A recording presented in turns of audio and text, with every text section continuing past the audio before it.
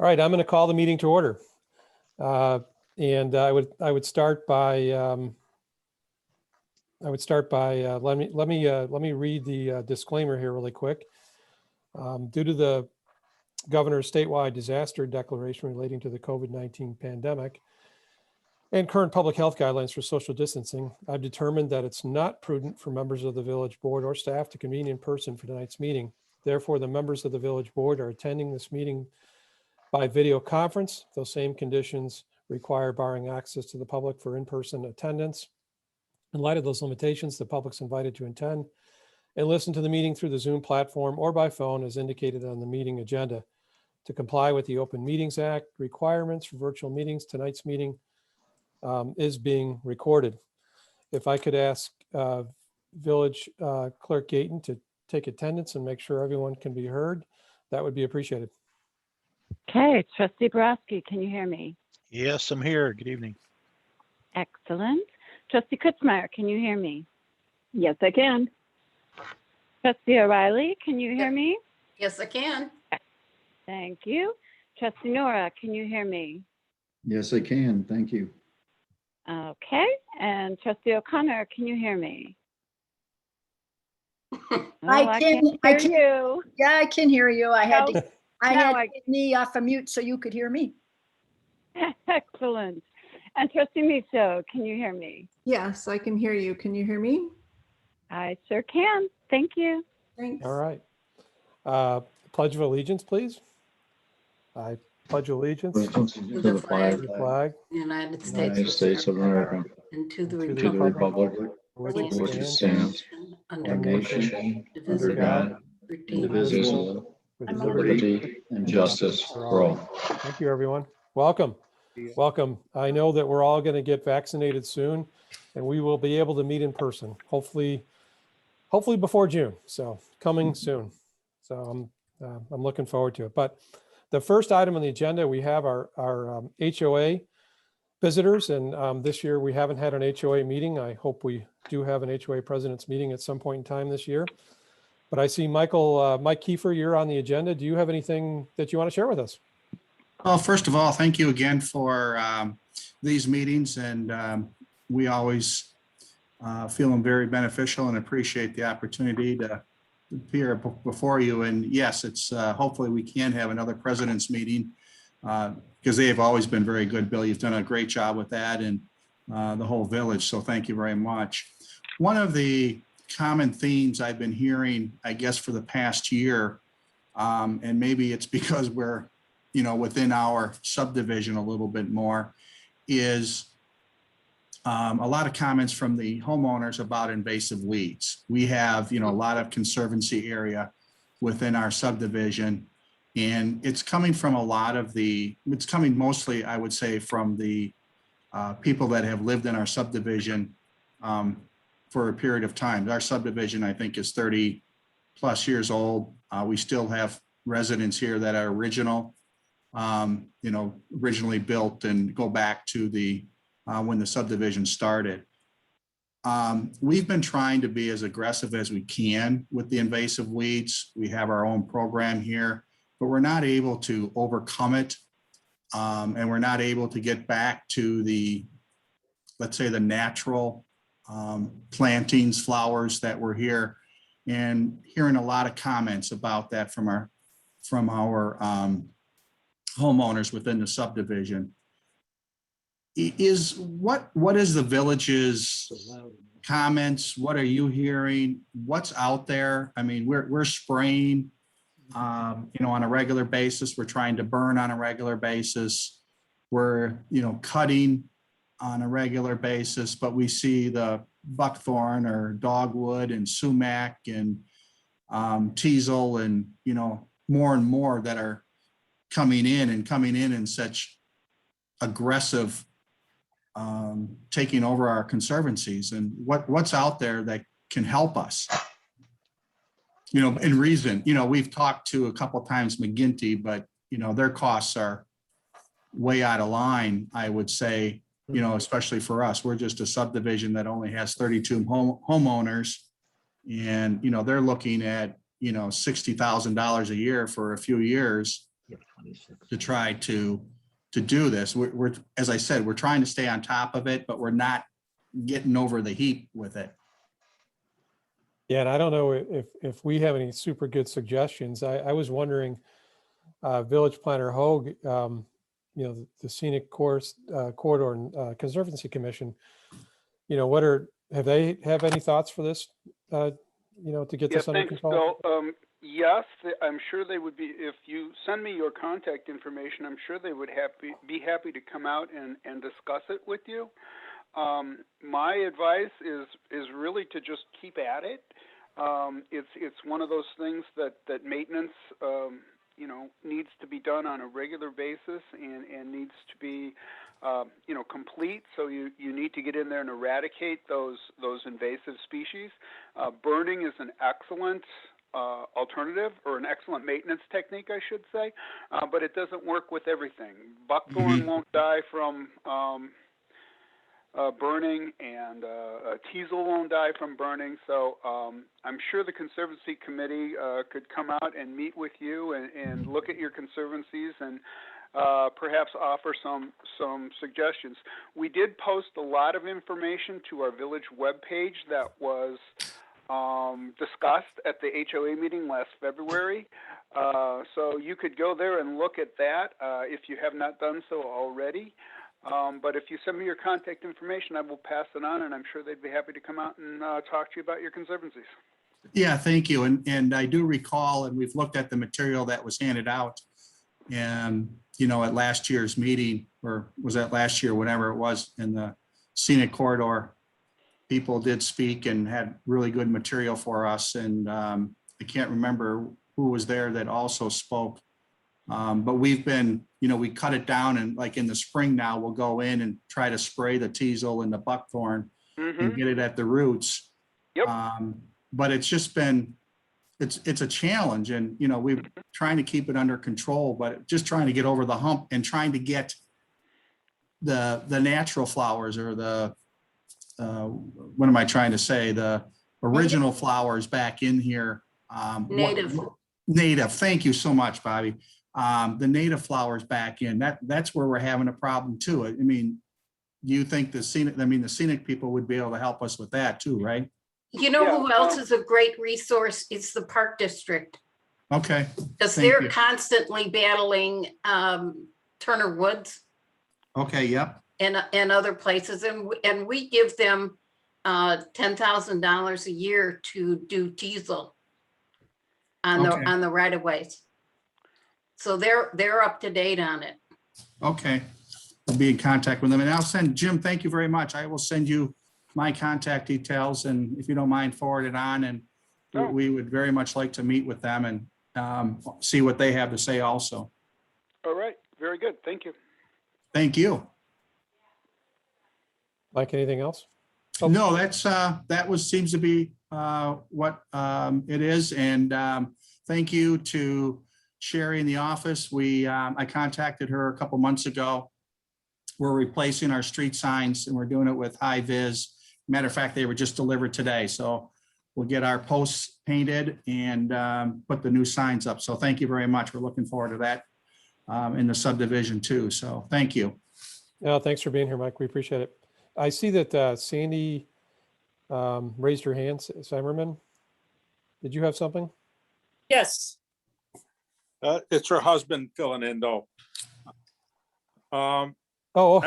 Okay, got it. Yes, thank you. The voice. Yeah, the voice through you, Shirley. You know, we had a parking problem last summer on Schaefer, just north of Lake Cook, with people parking along the side of the road to use the forest preserve. And you guys got together and they put the signage up, and it went away. Well, I noticed now going down Checker, right across from Temple High and across from the entrance of the forest preserve, they're parking on the right-hand side there as you're heading east, all along there on the road. I was hoping that you guys might be able to put up some more no parking signs on the road to make it safer. We can look into that. Village Interim Manager Balling, will you take a look at that? You're muted, by the way.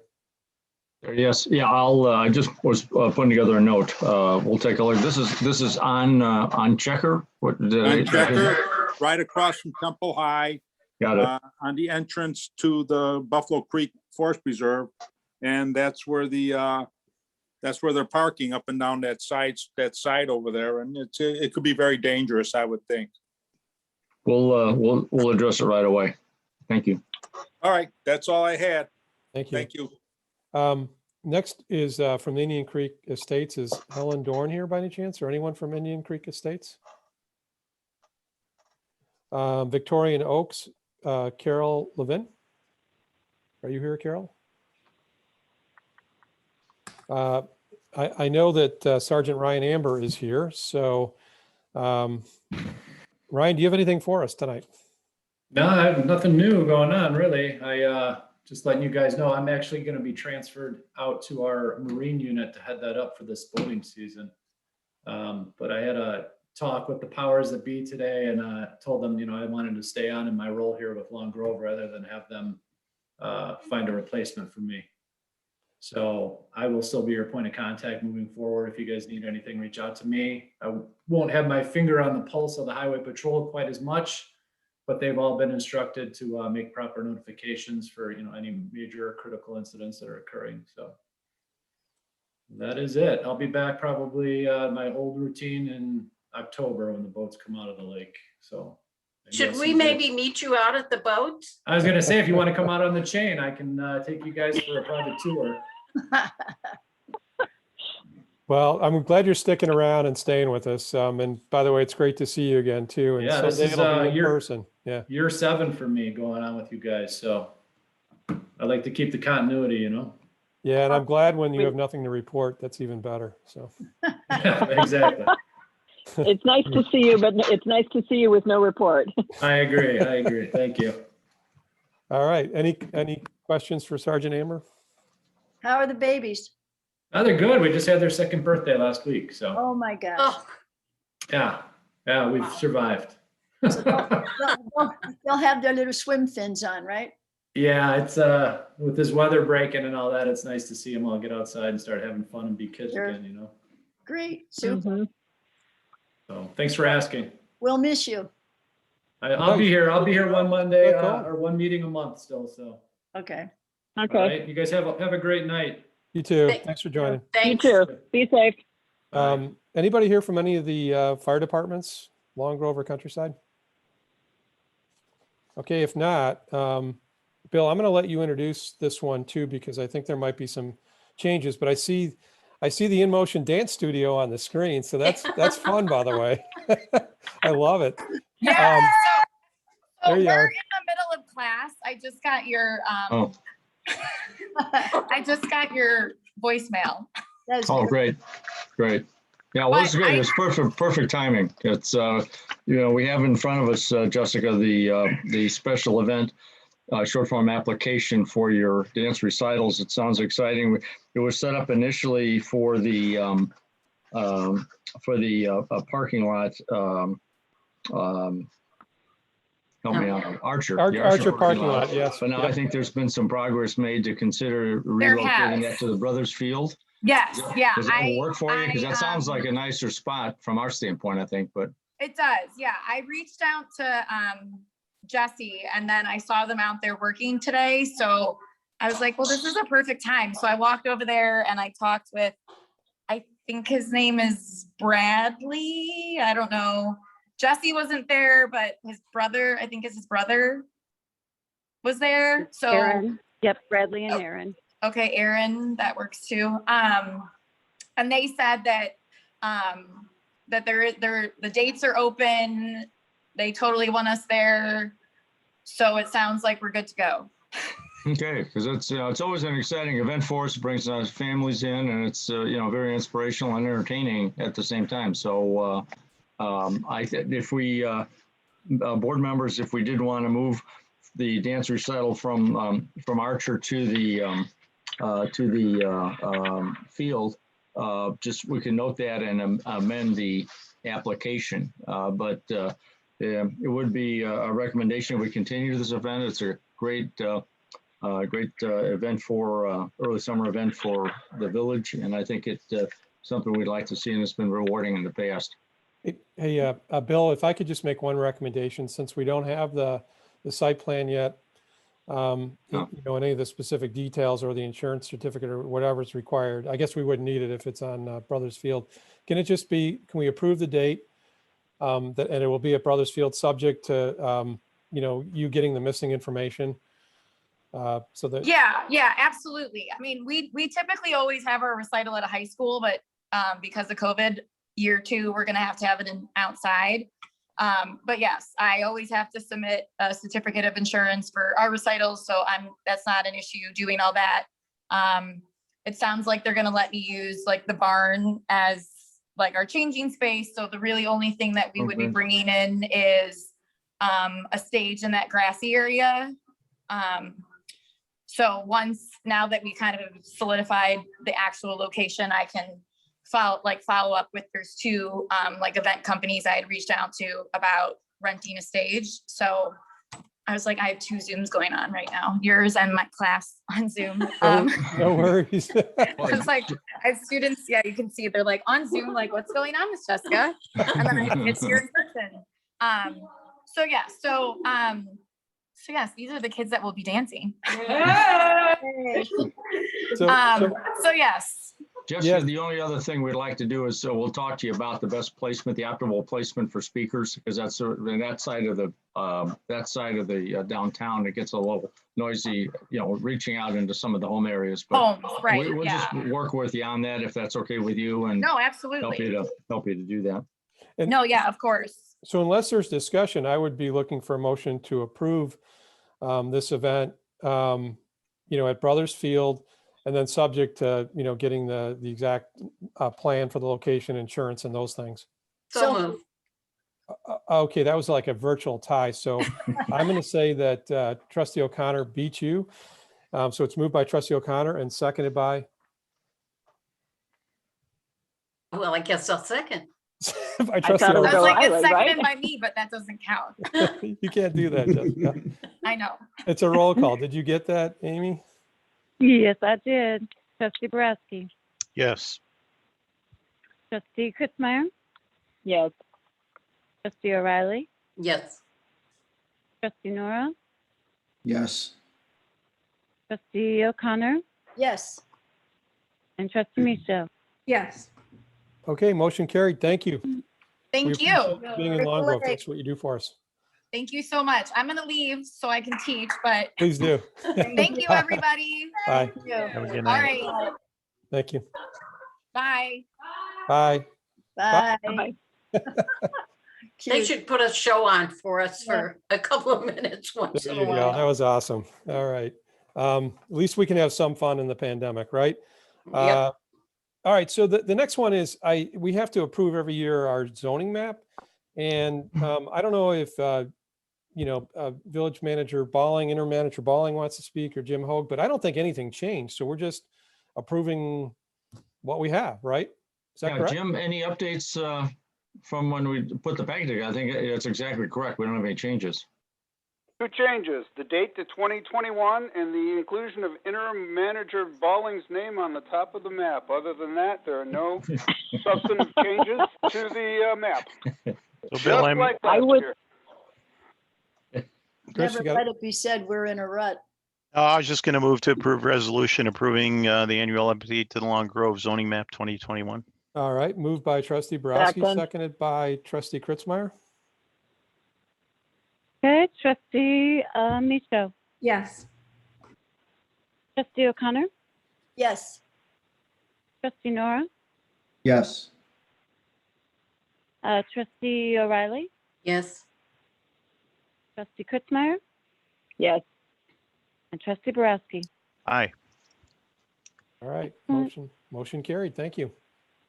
I'm going to turn this over to, I think, Jim Hoag. This is a report of the PC ZBA meeting for March 2nd.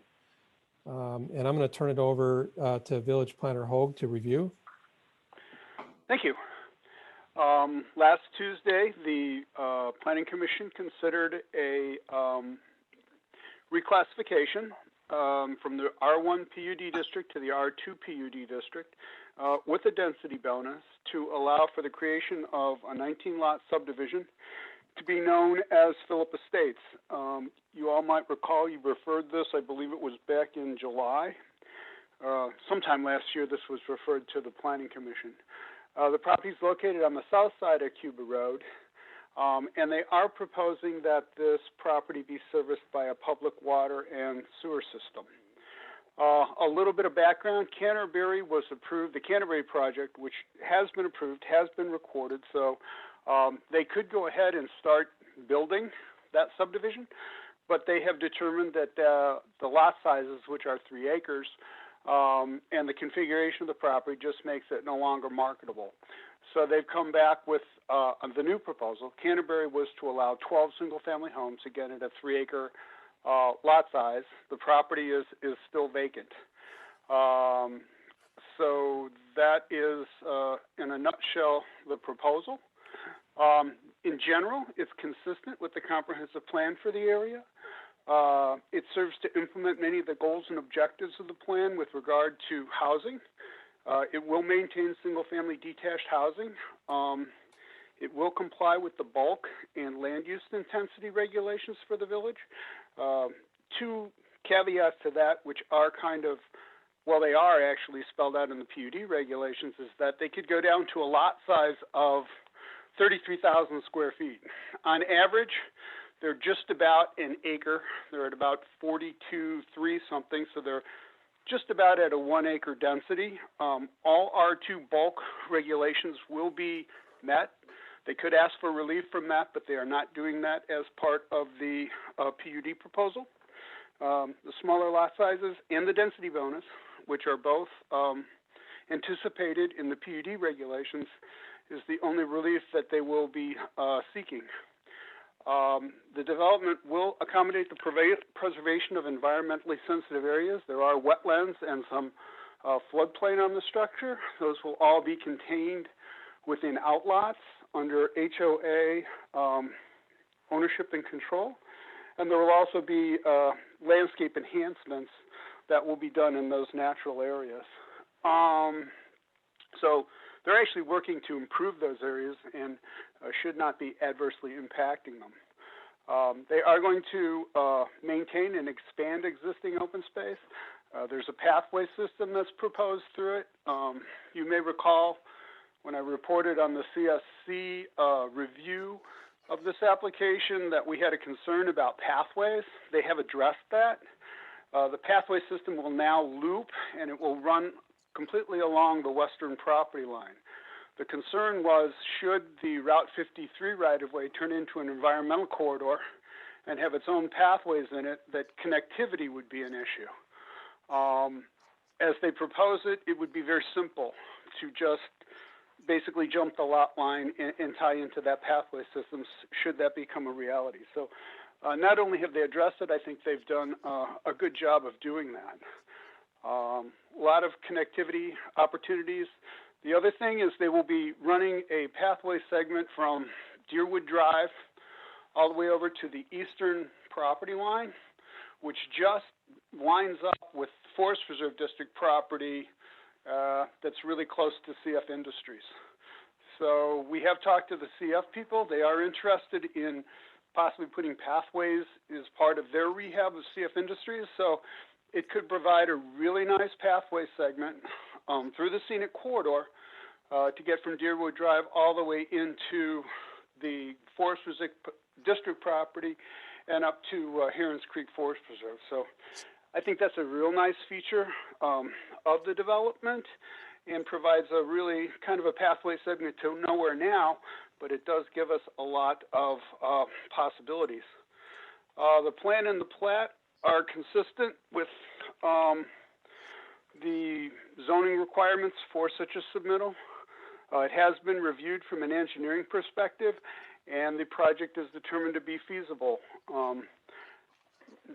Often between preliminary approval, which is what we're talking about tonight, and final approval, there will be little tweaks that are made. So there's more detail, there's more information that will come at the final approval stage. At the preliminary stage, we need to see just exactly this, that it's feasible, that it can work, and it's in compliance with our codes. With preliminary approval also, that gives them the ability to move on to the final plat approval. Sanitary sewer and private water are proposed for the development. These would be through the Glenstone subdivision. They did provide an agreement from the Glenstone HOA that indicated that the services are available, and the studies that they have done show that capacity on the water system should not be an issue. Lake County will take over the sewer system, and they have also indicated there's sufficient capacity. They've actually asked that the lift station, which will take effluent from the development and get it across Cuba Road, be upsized. So not only is there capacity for this development, but potentially future development that may occur to the east. There's agricultural land that is over there. There has been some dispute with regard to the provision of these services. Council has indicated that this is not a matter for the PCZBA nor the village board to discuss or weigh in on. It's actually a civil matter, so that should be pursued in the courts and not as a matter of the zoning that we are considering tonight. There were conditions that were suggested on the development, and those are part of the CBA recommendation, and I will conclude with that. There were 3 residents that spoke up at the hearing. Most had concerns with drainage. The applicant's engineer explained the drainage plans, and I believe all the residents that participated were very pleased with the answers that they received. And so their issues had been resolved. The Planning Commission recommended unanimously by a 7-0 vote to recommend the approval with the density bonus with 6 conditions, those being that the recommendations of the CSC per their August 19th meeting be made part of the preliminary approval. Secondly, that the village arborist comments and recommendations be made part of the approval. The proposed water system for the development be served by a water source that satisfies all applicable federal and state standards for safe drinking water. That the development establish that it has all the approvals and authorizations necessary to install utility mains, that would be both water and sewer lines. And the comments of the village engineer be incorporated and made part of the approval. And it has also been referred to the Architectural Commission. There are a few things that they need to weigh in on, mostly the subdivision sign that is being proposed. It looks to be approvable, but that is queued up for the Architectural Commission meeting of next Monday. So I will be reporting at a future date on the outcome of that meeting. And if you have any questions, I'd be happy to try to answer them at this time. The applicant is also present, so if you do have questions for them, they should be able to weigh in also. All right, questions. Thank you for that very nice and thorough report. Any questions from the board? Jim, Tim, I've got one. You mentioned a public water system. Has any studies been done to make sure that that system can handle the extra homes? Yes. They submitted a study that is actually posted to our webpage, and it was considered by the Planning Commission. Previously, they had considered 25 homes on this site.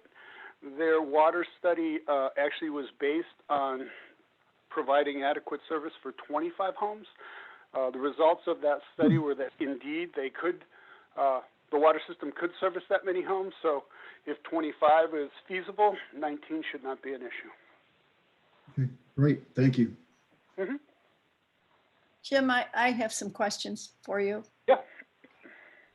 What are the back setbacks on these lots? And they will be complying with the R2 setbacks, which are 75 foot on the front yard and 40 on the sides and the rear. So if families move in there, 40 feet from the back of the house to the back of the lot is not an enormous play area. No, that's the setback area. Right, it has to be There set. will be additional area that may not be encumbered by houses or whatever, that's actually part of the buildable area. Say that again. The setbacks are separate from the area where the house will go. Right, yes. So the house may or may not occupy all of the building area. Mhm. So there will be additional space in addition to what's contained in the required yards, which is. Oh, what I you're see what you're referring to. saying. Okay, I understand what you're saying. Okay. And the pathways, are they public or private? The pathways, I believe, will have an easement language that allows them to be traversed by anyone. And where would anyone park? Well, hopefully they wouldn't be parking. I mean, that's one of the ideas of pathways, is to provide an alternative way to get around. So hopefully bicycles or walking traffic would be preferable to someone who is just going to walk. If the connections were all made up, and this is one of the really nice things about the connectivity that this potentially provides, people could be in Heron's Creek Forest Preserve and be able to traverse through there, past CF, and down into this pathway system. Well, the reason, I do understand that. My thinking is we just repaved Cuba Road, and we had at that time gotten a bid for pathways along Cuba, if you recall. And initially, well, first of all, they were extremely expensive, and second of all, a lot of that property along Cuba is privately owned. So Cuba is not it's not a great road for a pedestrian or a bicyclist. I think any of us who have tried know that. You know, so we, you know, these pathways, I love the pathways. You know, I'm big on pathways. I'm thrilled with that. The property is a beautiful piece of property. And the landscape architect has done, I think, a beautiful job of communing with nature rather than fighting it for the way that these lots are divided up. I like that a lot. That's actually a really good point, Rita. They've worked really hard to work with the land, if you will. Yes. And I think they've used the flexibility that our plan development regulations offer to the best advantage possible. Yes. I know they've configured lot lines and things like that to where trees will be out of the building areas for the most part. So they're working to preserve the natural features of the land and work with them as part of this development. But sorry, I digress. No, I agree. I agree with you. You know, and hopefully the people who build homes will continue the tradition, shall we say? You know, I think they would, because I think trees have become an amenity on many properties. And I know just to the west of this in Deerwood, there's a few lots that are available, and it's heavily wooded. Yes. And people that have come in to try to put houses in there have been very cognizant of the trees and tried to work around them. So That's good. Well, like on lots 1 and 3, I know from the chart, it says that the yellow ones are fair trees. They're not good trees, but it seems like you'd have a pretty tough time getting a driveway in there without removing some or a lot of those. Well, true. I mean, I'm not sure that they're going to be able to put houses on there without some collateral damage.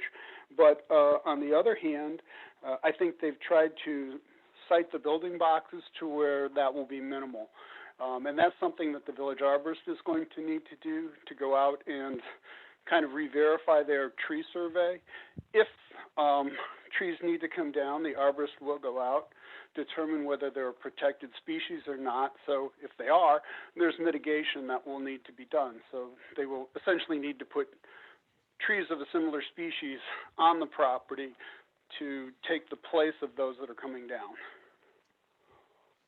Okay, thank you. The width of the pathways, I think you had told me when I emailed you, they're 4 feet. That's what they're proposing. We don't have a hard and fast standard for pathways. In prior approvals, that has been left up really to the discretion of the engineer. Talked to our village engineer about it. He believes that anything less than a 5-foot pathway is difficult, and in order to try to standardize things, is shooting for a 6-foot pathway. But again, we don't have a hard and fast standard that says thou shall make 6-foot pathways. Well, the reason I ask is that I agree that 4 feet is a pretty narrow pathway.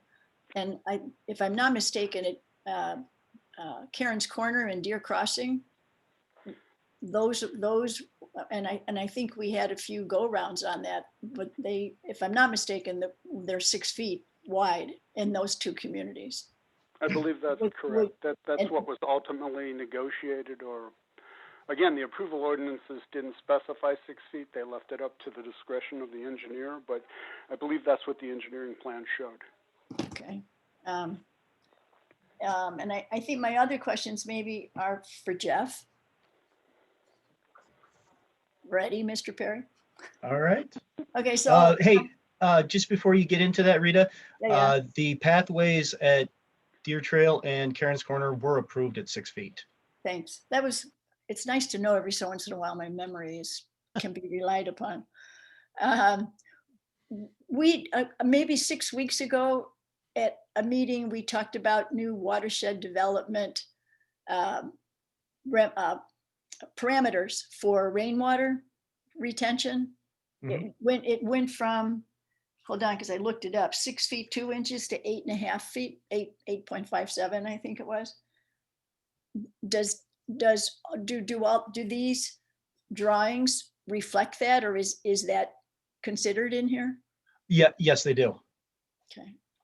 And how about my favorite beloved drain tiles? I know here that they are the old clay ones and there are cement ones as well, but we've had such trouble in other parts of the village where their drain tile study, I think Huddleston McBride, they were already out, right? On this property?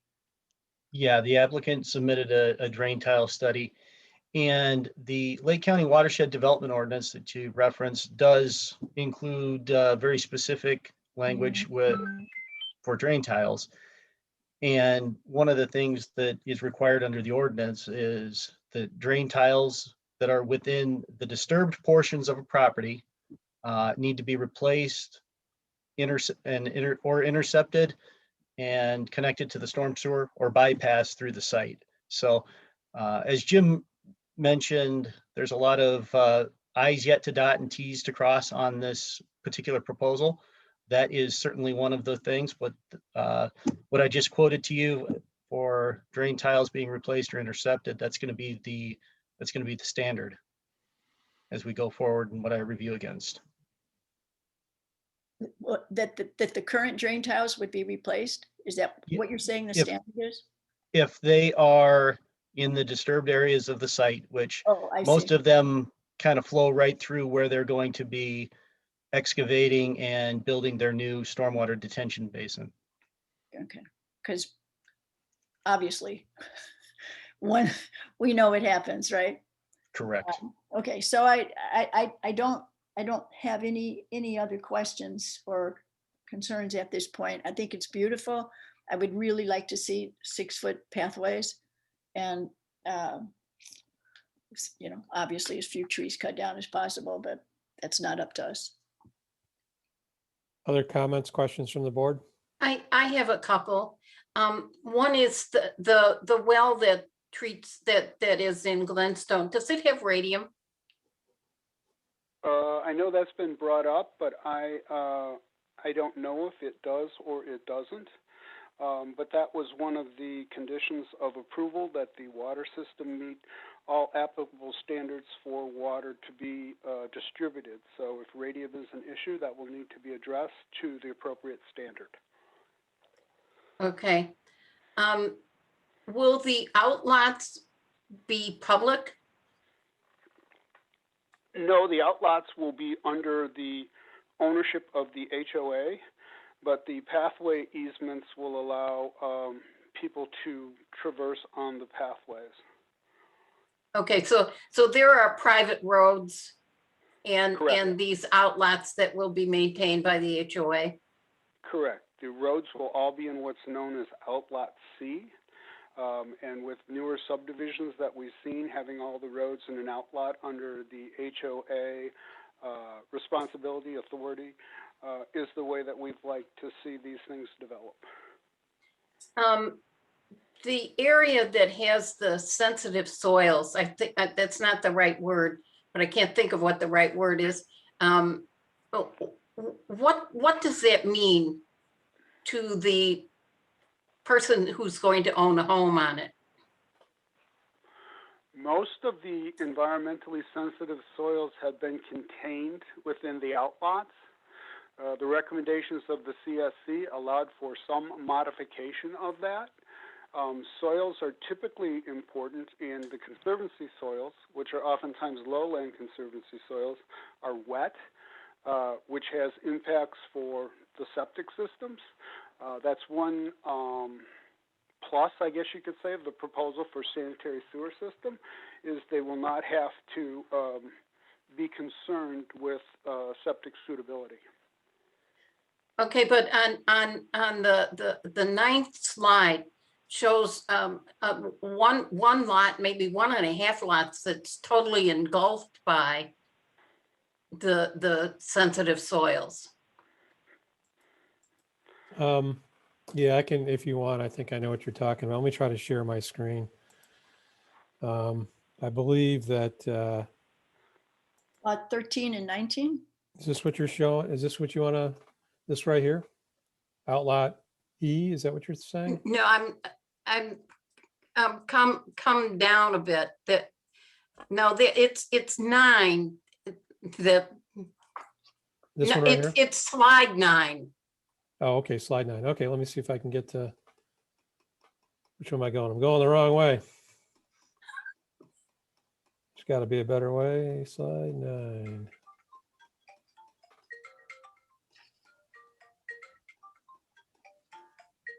Okay. That's it. And If you go up a little further, you'll see that it takes I can make this a little smaller if it helps too. yeah. Whereabouts? Bobby? It takes lot 7 and lot 6. I see what you're saying right here. Yeah. So what does Well, that mean to them? First of all, the lots that were there that are already approved are subject to similar constraints. Again, septic systems are what's most critical, in my opinion, with regard to the wet soils. If they're going to have basements or whatever, they will have to build appropriately to deal with the soil type. Yeah, but is that mushy soil? Like wheat? I mean, if it has no meaning, then why is it green?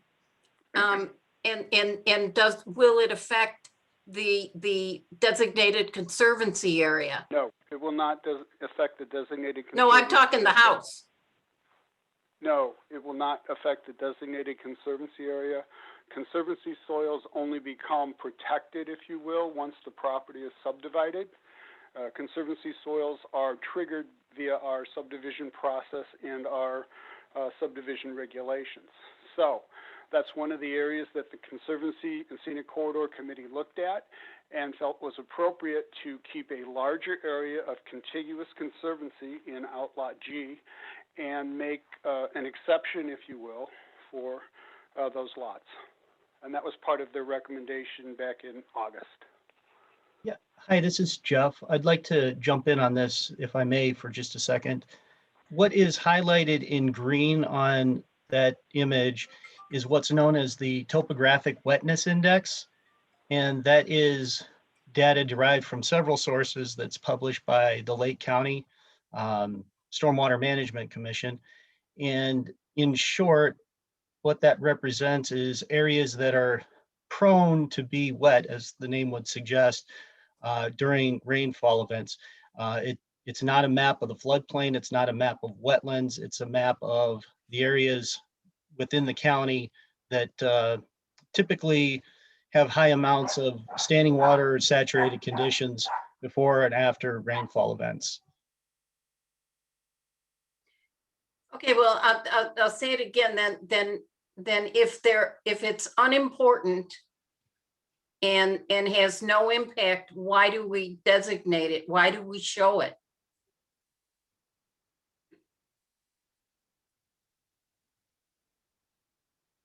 Yeah, and I echo Jim's comment that, you know, those are just areas that, you know, from a 30,000 foot level, are known to have standing water, and that could be indicative of the underlying soils, which could be hydric in nature. And typically when the lots are built, you know, those soils need to be studied and evaluated and amended if need be to get the proper bearing strength to support the house. So are you talking fill then, Jeff? That this is the kind of property where you'd have to get fill to keep the house from sinking? Not necessarily. With any house, you get soil borings. So, and then you look at those and evaluate what you need to do. So just because it's highlighted green on this image doesn't necessarily mean that, you know, you're going to have to put a house on, you know, caissons or something like that. But I would assume that by the time you put the house in and you put the driveway in and you put the patio in, that you're exacerbating the sensitive soil.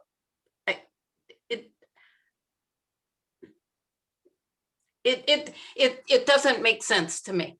I'm sorry. If you highlight it as being an issue and then it's not an issue. Well, it's will the. Sorry, this is Steve Cross. Could I make a comment on the civil engineer for the project, if it's okay with? Yes, please shed some go light. ahead. Thank you. Yeah. Yes. Hi, good evening. So my name is Stephen Cross. I'm president of Cross Engineering. So I'm the engineer for this development. So I just wanted to kind of echo what Jeff had said, that as he mentioned that this is like the 30,000 foot look. This is based on data, aerial photographs, kind of overlaying aided wetland maps and just other kind of data that they're pulling together to say this potentially has the ability to be kind of a wetter soils area. So it's just another planning indicator. But what we found, given the site conditions that actually exist on this property, this entire area that's shown green here is really extremely well drained with a series of drain tiles that we actually have running through here.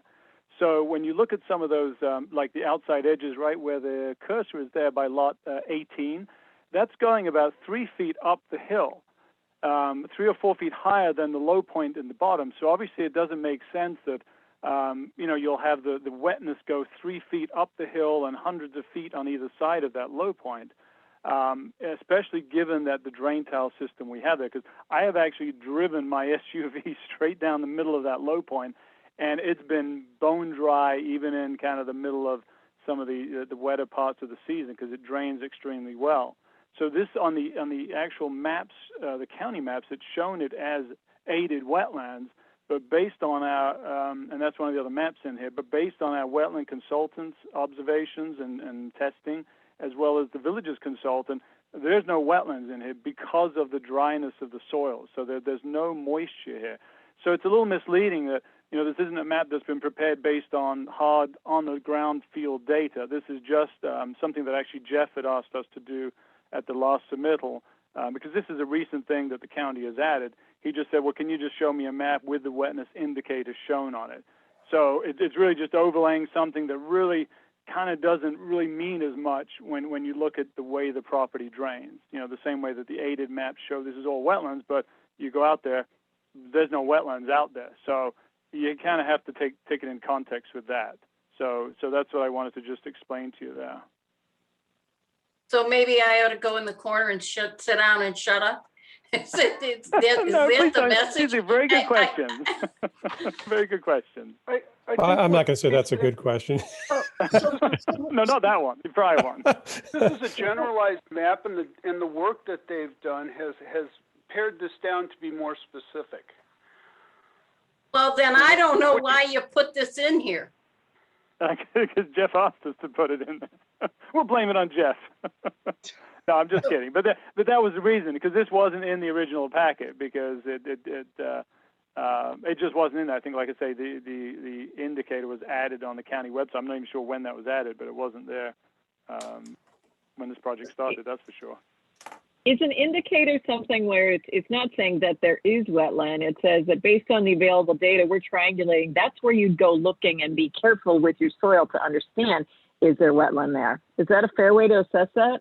That would Or be to it. That's how you would interpret? look at it. So you'd look at the aided wetland map, for example, and then you go out there, you walk it, they dig, the wetland consultant dug holes, dug pits, and found no water within the top 12 inches, certain types of soils, the plants weren't there. So that's the evaluation to determine if it's a wetland. So yeah, you're right. You have these indicators, you go out and you either prove it or you disprove it, and then you end up with an actual map that says there's no wetlands here. The only wetland we have is at the very top right-hand corner of this page, which is because it's rotated, that's the southeast corner of the property. That's the only, no, sorry, the other way. Sorry, you go pull the page down a little, no, pull the page down. Because this, remember, this is, sorry. The other Other way. way, Bill. The Oh, other other way. way. Up to the Oh, top. there you go. Oh, there you So go. that part, that's Buffalo, goes into Buffalo Creek. That is the only bit of wetland that actually comes onto this property here, is right in that corner there. Now, as Jim alluded to, I mean, we did go through the soils, the conservancy soils, and that's those little patterned areas that we've created the outlots there around the patterned area. So all the conservancy soils that we're maintaining are going to be within the outlot areas and not encumbering any of the actual lots themselves. Are there drain tiles in this green area? Can I finish my question? Go ahead, sure. Are you selling lots or are you going to be building? We would be selling the lots for custom home builders. That's the intent right now. Obviously, things change, but at this point, we're not planning on building spec homes or anything like that. Have you designated the size of the homes that would be on each lot? David might be able to answer that, but I don't recall. I thought it was in the 3,000, 3,500, somewhere in that range. Is that correct? Dave Shaw's on there. Our attorney's on there. I think you're muted, by the way. Dave, you're muted, yeah. Asked on mute. How about that? Can you hear me? We can.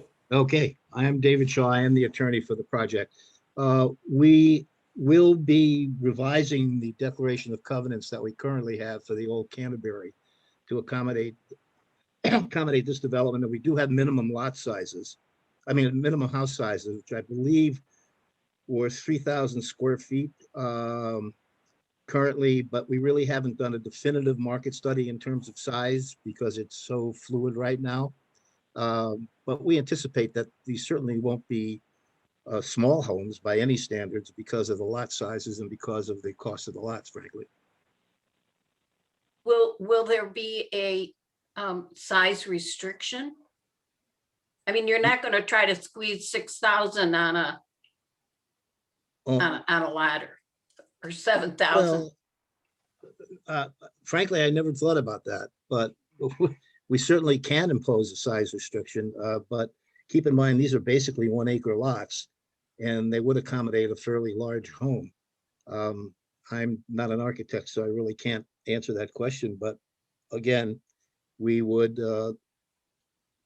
I assume the village has a floor area ratio or a lot coverage standard in the ordinance. Is that Well, correct? I hope that they're stringent enough, because we've got Ravenna with big, beautiful homes that are on top of each other because they're so big.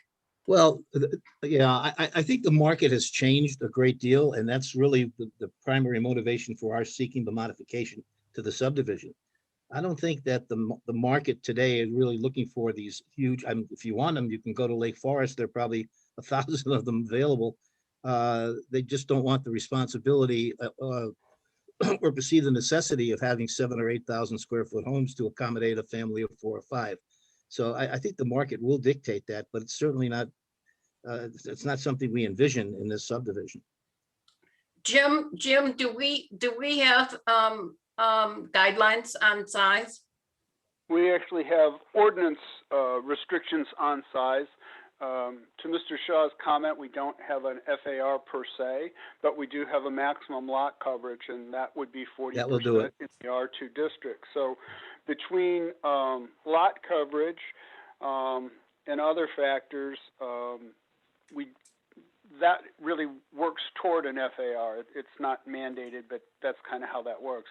But we do have in our zoning code maximums established for houses based on lot size. Okay, we don't have an FAR? I thought we got one because of Ravenna. Ravenna's a whole different animal. That was all part of a. I know that. I'm just saying that that Longrove realized that there is an issue between size of lot and the FAR. And so, okay, I'm incorrect. I thought we did that. Let me, this is Vic, let me jump. But we do have lot coverage and we do have a maximum on the amount of dwelling that can be placed on this structure, on the lot. And impervious surface issues too, right? So. Correct. Only so much. Correct. Yeah. And this is Vic. One other thing that we can keep in mind is that with a PUD, we have the ability to have more particularized regulations for the property in question. So to the extent that the board has an interest in it, when we get to the final PUD, we can be looking for some maximum lot size or home sizes on all or some of the lots. And it may vary based on the lots and some of their natural configurations. Are any of the lots planned for ranches? I don't think that we certainly haven't specified the style of homes on any one lot. I mean, Okay. most of them are big enough to accommodate most styles of homes, but again, as was mentioned, you'd have to look at the configuration of the lot, what trees you want saved, how it matches up with the neighboring lot, and so on and so forth. But Well, that's why I asked if you'd planned on one. One last question: is this going to be a gated community? no, it's not going to be a gated community. Okay, I'm done. Thank you. If I could just say, this is Steve Kroska. I'll just add one thing there. Just to state, the buildable areas range in size, probably about the smallest. When you take into account the front, side, and rear setbacks, you've got about 10,000 square feet. So certainly more than enough for any kind of a ranch house. And then they go on up to, I think there's maybe 14,000 square foot. So as far as the buildable area goes, we do certainly have plenty of that once you take into account the trees. Thank you. Chris, you're raising your hand. You got a question? Yeah, thank you. I've got a couple. Jim, what's the justification for the bonus density or density bonus? Jim, you still there? Sorry, I was muted. I didn't realize I was muted. The density bonus is predicated on a better quality development than would normally be achievable. I think the best way to look at it is if you were looking at a straight R2 subdivision, you would get a cookie cutter type development where you may have some of the environmentally sensitive areas that were on private property. They weren't enhanced and maintained like they're proposing with the sensitive areas being in an outlot and under HOA control. Pathways is always something that we've looked at as an incentive. The enhancement of the natural areas and the landscaping, those are all things that we've traditionally considered as part of the density bonus. And again, I think they have done a good job at using the flexibility of our PUD regulations to give us just that, a better quality design, and certainly a better quality design than was previously approved. Thanks, Jim. Appreciate that. Let me kind of ask another question for maybe everybody. I'm not sure who to address it to. So the outlot A, outlot B contains the path along Cuba. Looking at it on paper, it looks like it sort of meanders around and it's fairly well set back off of Cuba.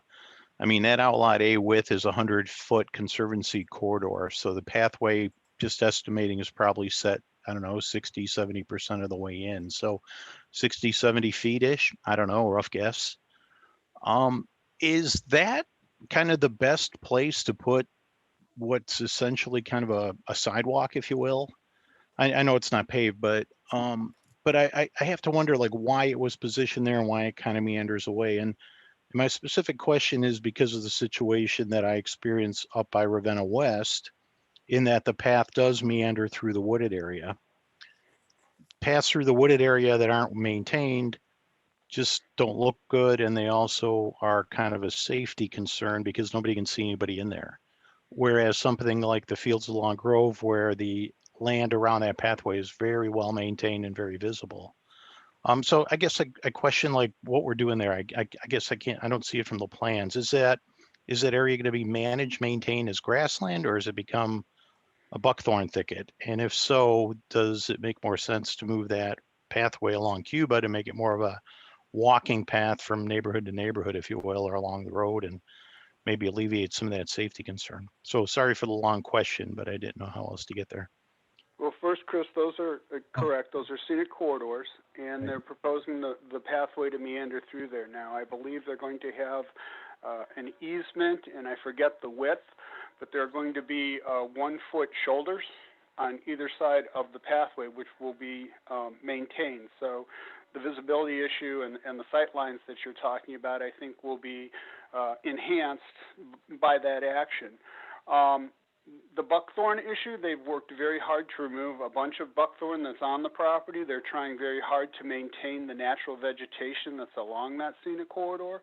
So again, in being flexible and trying to work with the land, they're working to get rid of the bad stuff and keep the good stuff. And I will let them talk to the specifics on that, but I believe that's at least a thought with regard to the pathway placement through that corridor.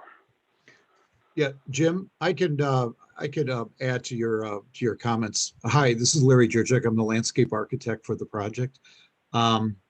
So we looked at the location of that path along Cuba, and one of the reasons why it's a little bit further south is the existing tree line. I mean, we have a lot of existing trees, basically right south of the right-of-way of Cuba Road. So what we intend to do is site this path in the field with the surveyor. So this is our best concept at this point. But I think for the final construction drawing, that path may meander a little bit more. It may move to the north, it may move to the south, but we're pretty comfortable with that. Of the general location of where it's at. Jim had mentioned that we've undertaken a dramatic buckthorn and honeysuckle removal project last fall. We've removed quite a bit of buckthorn out there, and we're going to continue to do so this spring. So we've opened up these areas. I don't know if anybody's noticed, but if you drive down Cuba Road, you could actually see into the property. For the past 20 years or so, buckthorn has been just growing. So our intent is to manage and maintain that from this day forward. So a lot of those areas in that conservancy outlet will be open. And we intend to, as Jim mentioned, it will be a mowed strip of lawn on either side of the pathway through the conservancy area. And then we're going to seed with a no-mow native seed mix. It's primarily going to be a short grass seed mix that can be easily mowed once or twice a year or possibly burned. But that's basically our plan for that conservancy area. So I think the slide or the exhibit that's on the screen now shows those trees. There's quite a few existing trees north of that path or just south of the right of way. So we're trying to save those trees, of course. But we've done a really nice job. I think it looks, the property, somebody had mentioned earlier, just a beautiful rolling pastoral piece of property. And we're really trying to bring that back to what it was about 20, 25 years ago. And we're getting there, but we still have a lot of work to do. So thank you. I could even share, I've got some photographs of the property. I've got a nice photograph showing what we've actually done. If I could just share my screen real quickly. Do we need to do that right now, Chris? No, Chris Okay. doesn't need that. I just have one more question corollary to that. Okay. So Vic, how do we compel the homeowners association to maintain that Outlot A and Outlot B? Is that contemplated somewhere? Yes, it's not at all atypical that as we approve a PUD, we include the requirements for the establishment of a homeowners association Right. and the not only the installation, but the long-term maintenance of the landscaping with rights of the village to enforce that. Okay. Okay, thank you. I'm done. Thank you. Appreciate it. Thanks, Chris. Any other comments, questions? I have two. but I'll Okay, wait. go I'll ahead. wait. Okay, so between lots 3 and 4, it says there's an emergency access. Oh, right here, yeah. Can you tell me a little bit more about that? Is it paved? Is it for vehicles, humans? Rita, we had Fire trucks. asked that a second means of ingress and egress be installed in the subdivision. It's always a good thing to have more than one ingress egress point. Mhm. This will be constructed of what's called grasscrete with a pathway segment that runs through the middle of it. Basically, it's a surface that vehicles could traverse, but they wouldn't always, and it allows for grass to come up and more or less camouflage the ingress egress point, but the pathway would be there. And Steve, if you want to talk more to that, go ahead, but that's why that's there. We suggested it and they complied, and I think it helps with health, safety, and welfare by providing another ingress egress point into the development. Correct, and it's not intended to, as Jim says, not intended to be driven on, so residents will not be driving in and out of this as like an alternative entrance. It's simply there as an emergency, and then we've kind of disguised it by the grasscrete and then utilizing it as a pathway to get back into the cul-de-sac there from the pathway along Cuba Road. Okay, thank you. And I think my biggest concern, two concerns. The drain tiles. You know, when you said you've driven on them, that scares the daylights out of me. It's like, why Well, would they're you actually drive? about 4 feet deep. Believe it or not, they're about 4 feet deep. Yeah, but they're clay tiles. I mean, they could be, maybe that green area isn't so mushy because those drain tiles are under it. You know, I mean, Yeah, no, they're plenty deep because when it goes to the east, it actually goes. They're about 8 feet deep. So it's only right in the very Alright. low point. They're 4 feet deep. They're not like your typical tiles where they're literally just below the surface. I see. They're 4 feet deep. We've had them. You know, Huddleston located the depth there, and we've mapped it across the property there, so we know the depth all the way across the property. Okay, I didn't realize that. I thought they were just maybe 12, 14, below the frost line kind of thing. Yeah, exactly. That's how you normally would think of a drain tile, right below the frost line. But it's for whatever reason they started 4 feet deep at the low point on the west side of the property, and then as you go east, the ground goes up about 4 or 5 feet. So now they become 8 or 9 Right. feet deep. Right. Yeah, the knolls on this property are beautiful. They are, yeah, and that's why, we spent a lot of the property owners spent a lot of money. We cleared about 20 acres of buckthorn out here. We basically ground it up, and then this springtime we're going to come back and herbicide it. So we are turning it back into what it was probably when I first looked at it about 14, 15 years ago, when it was just rolling hills with kind of the nice prairie type grasses out here. Yeah, you did a great job. The biggest concern I have left is the neighbors, you know, that they don't get flooded out. And it just really feels, the pathways in there are fabulous, but the way it's going to be done is, I don't know that I would feel as someone who doesn't live there, I would be reluctant to be walking through the community and between houses and so on and so forth. It just, they're not private, but they're really not public either.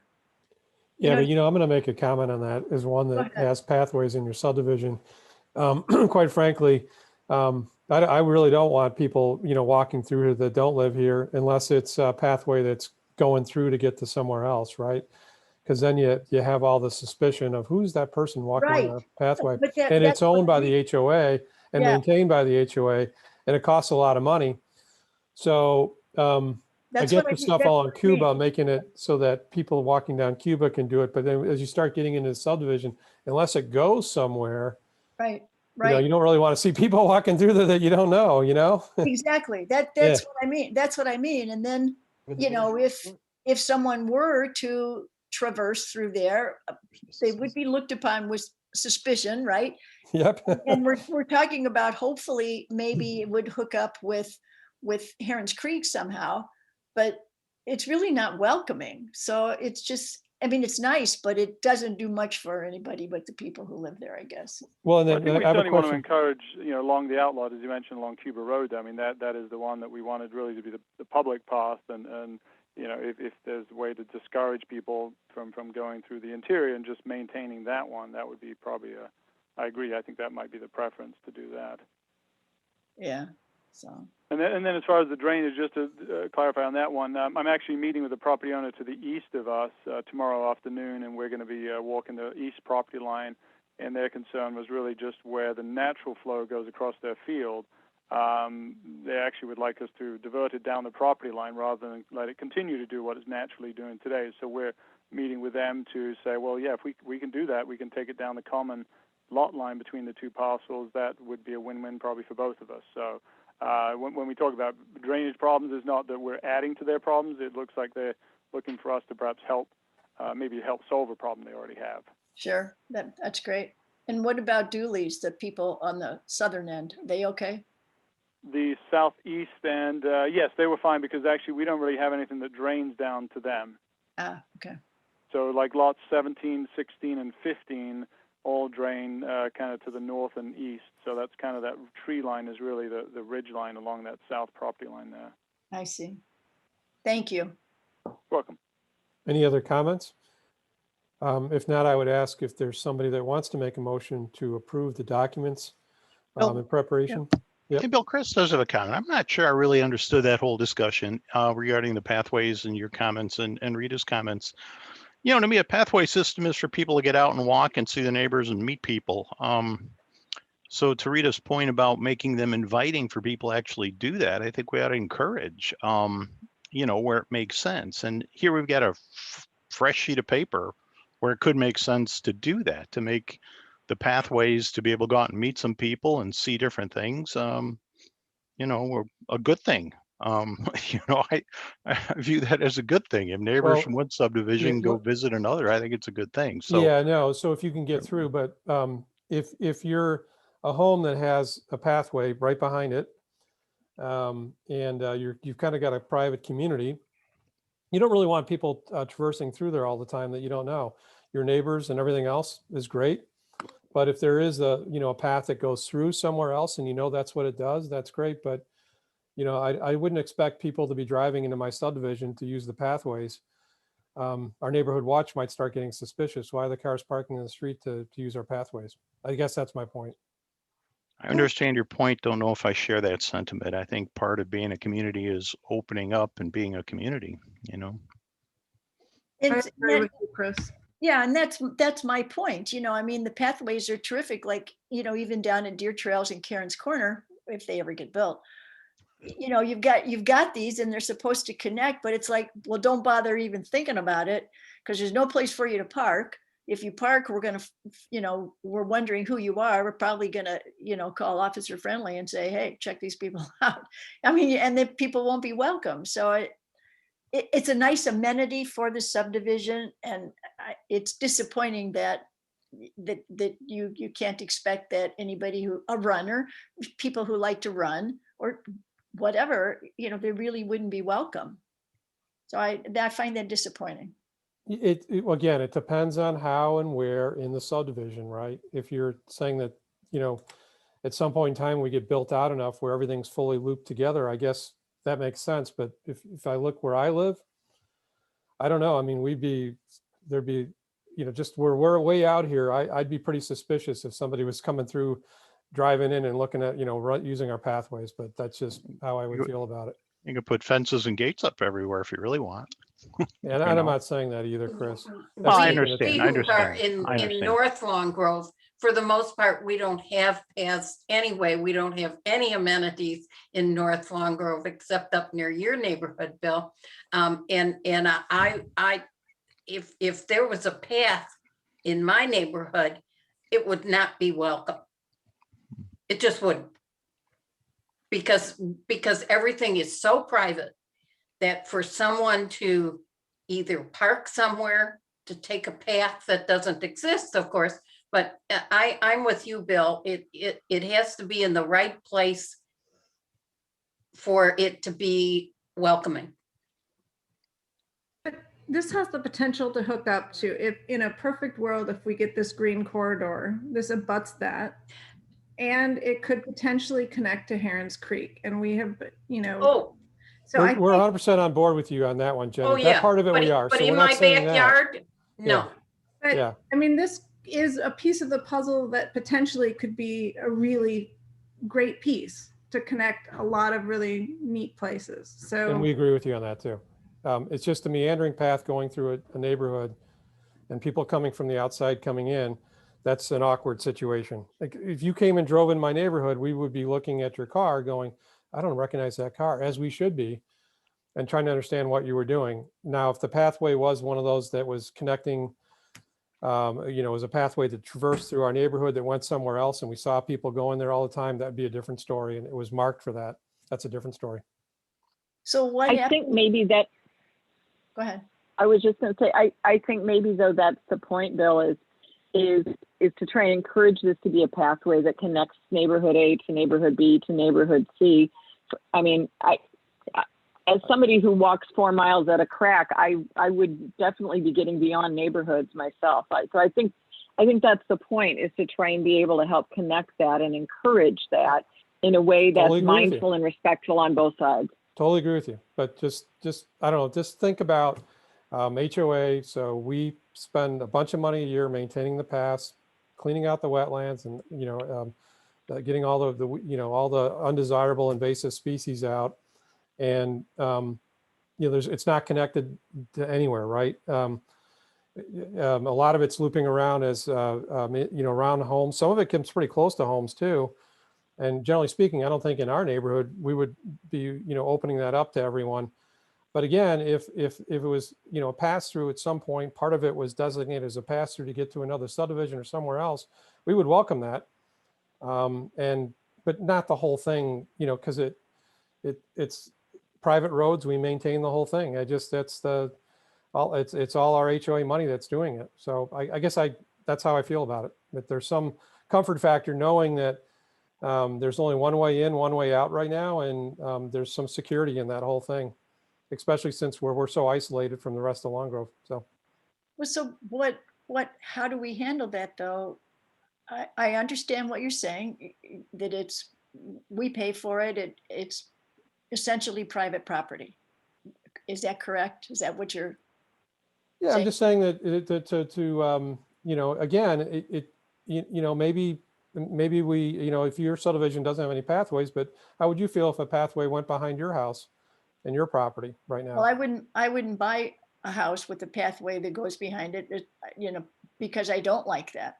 But we have private streets, and people from the surrounding community do use them. They walk their dogs, they walk their kids, they just come to look at the wildlife, whatever. And I don't have a problem with that. My concern here is, since no one is yet living in this community, if from the get-go they believe, because they have no reason not to believe, that this is ours, this belongs to us, we maintain it, and who are you? You really have no right to be here. How in the world, if we have the opportunity to connect, say it's 5 years, 3 years, 7 years, whatever, how are you going to convince these people that hey, it's okay because now we have a connection? It seems a little backwards to do it that way as opposed to from the get-go. And again, I'm not arguing with you. Again, that's what I'm saying. It depends on where those pathways are. And if you're going to have the ability to get through that subdivision, I 100% agree with you, but I'm not sure you want, everyone meandering through your own subdivision, that people you don't know. So that's all. This is Vic. If I might make a suggestion, I understand that there's sort of a tension between making sure we have these available to the public and having some sensitivity to the neighborhood, particularly if they don't have the kind of interconnection that they may in the future have. One thing that we could do is we can establish these as pathways that the village has an irrevocable right to make public. And then the village board can decide whether or not the balance between the privacy of the subdivision versus the benefit to the public makes sense. And maybe that doesn't happen until we do get the connectivity. And it might not be right away, it might not be for 5 years, it might not be for 10 years, but the village would still have that right so that the public isn't losing out of the opportunity. But at the same time, there can be some respect shown to the individuals within the subdivision, and they would have notice of it because it would be recorded with the subdivision documents. I like that. I could live with that. It goes along with the attempt to create intermodal transportation venues throughout, especially with 53, all that land sitting there. Some of it is appropriate for vehicular traffic and some of it really isn't.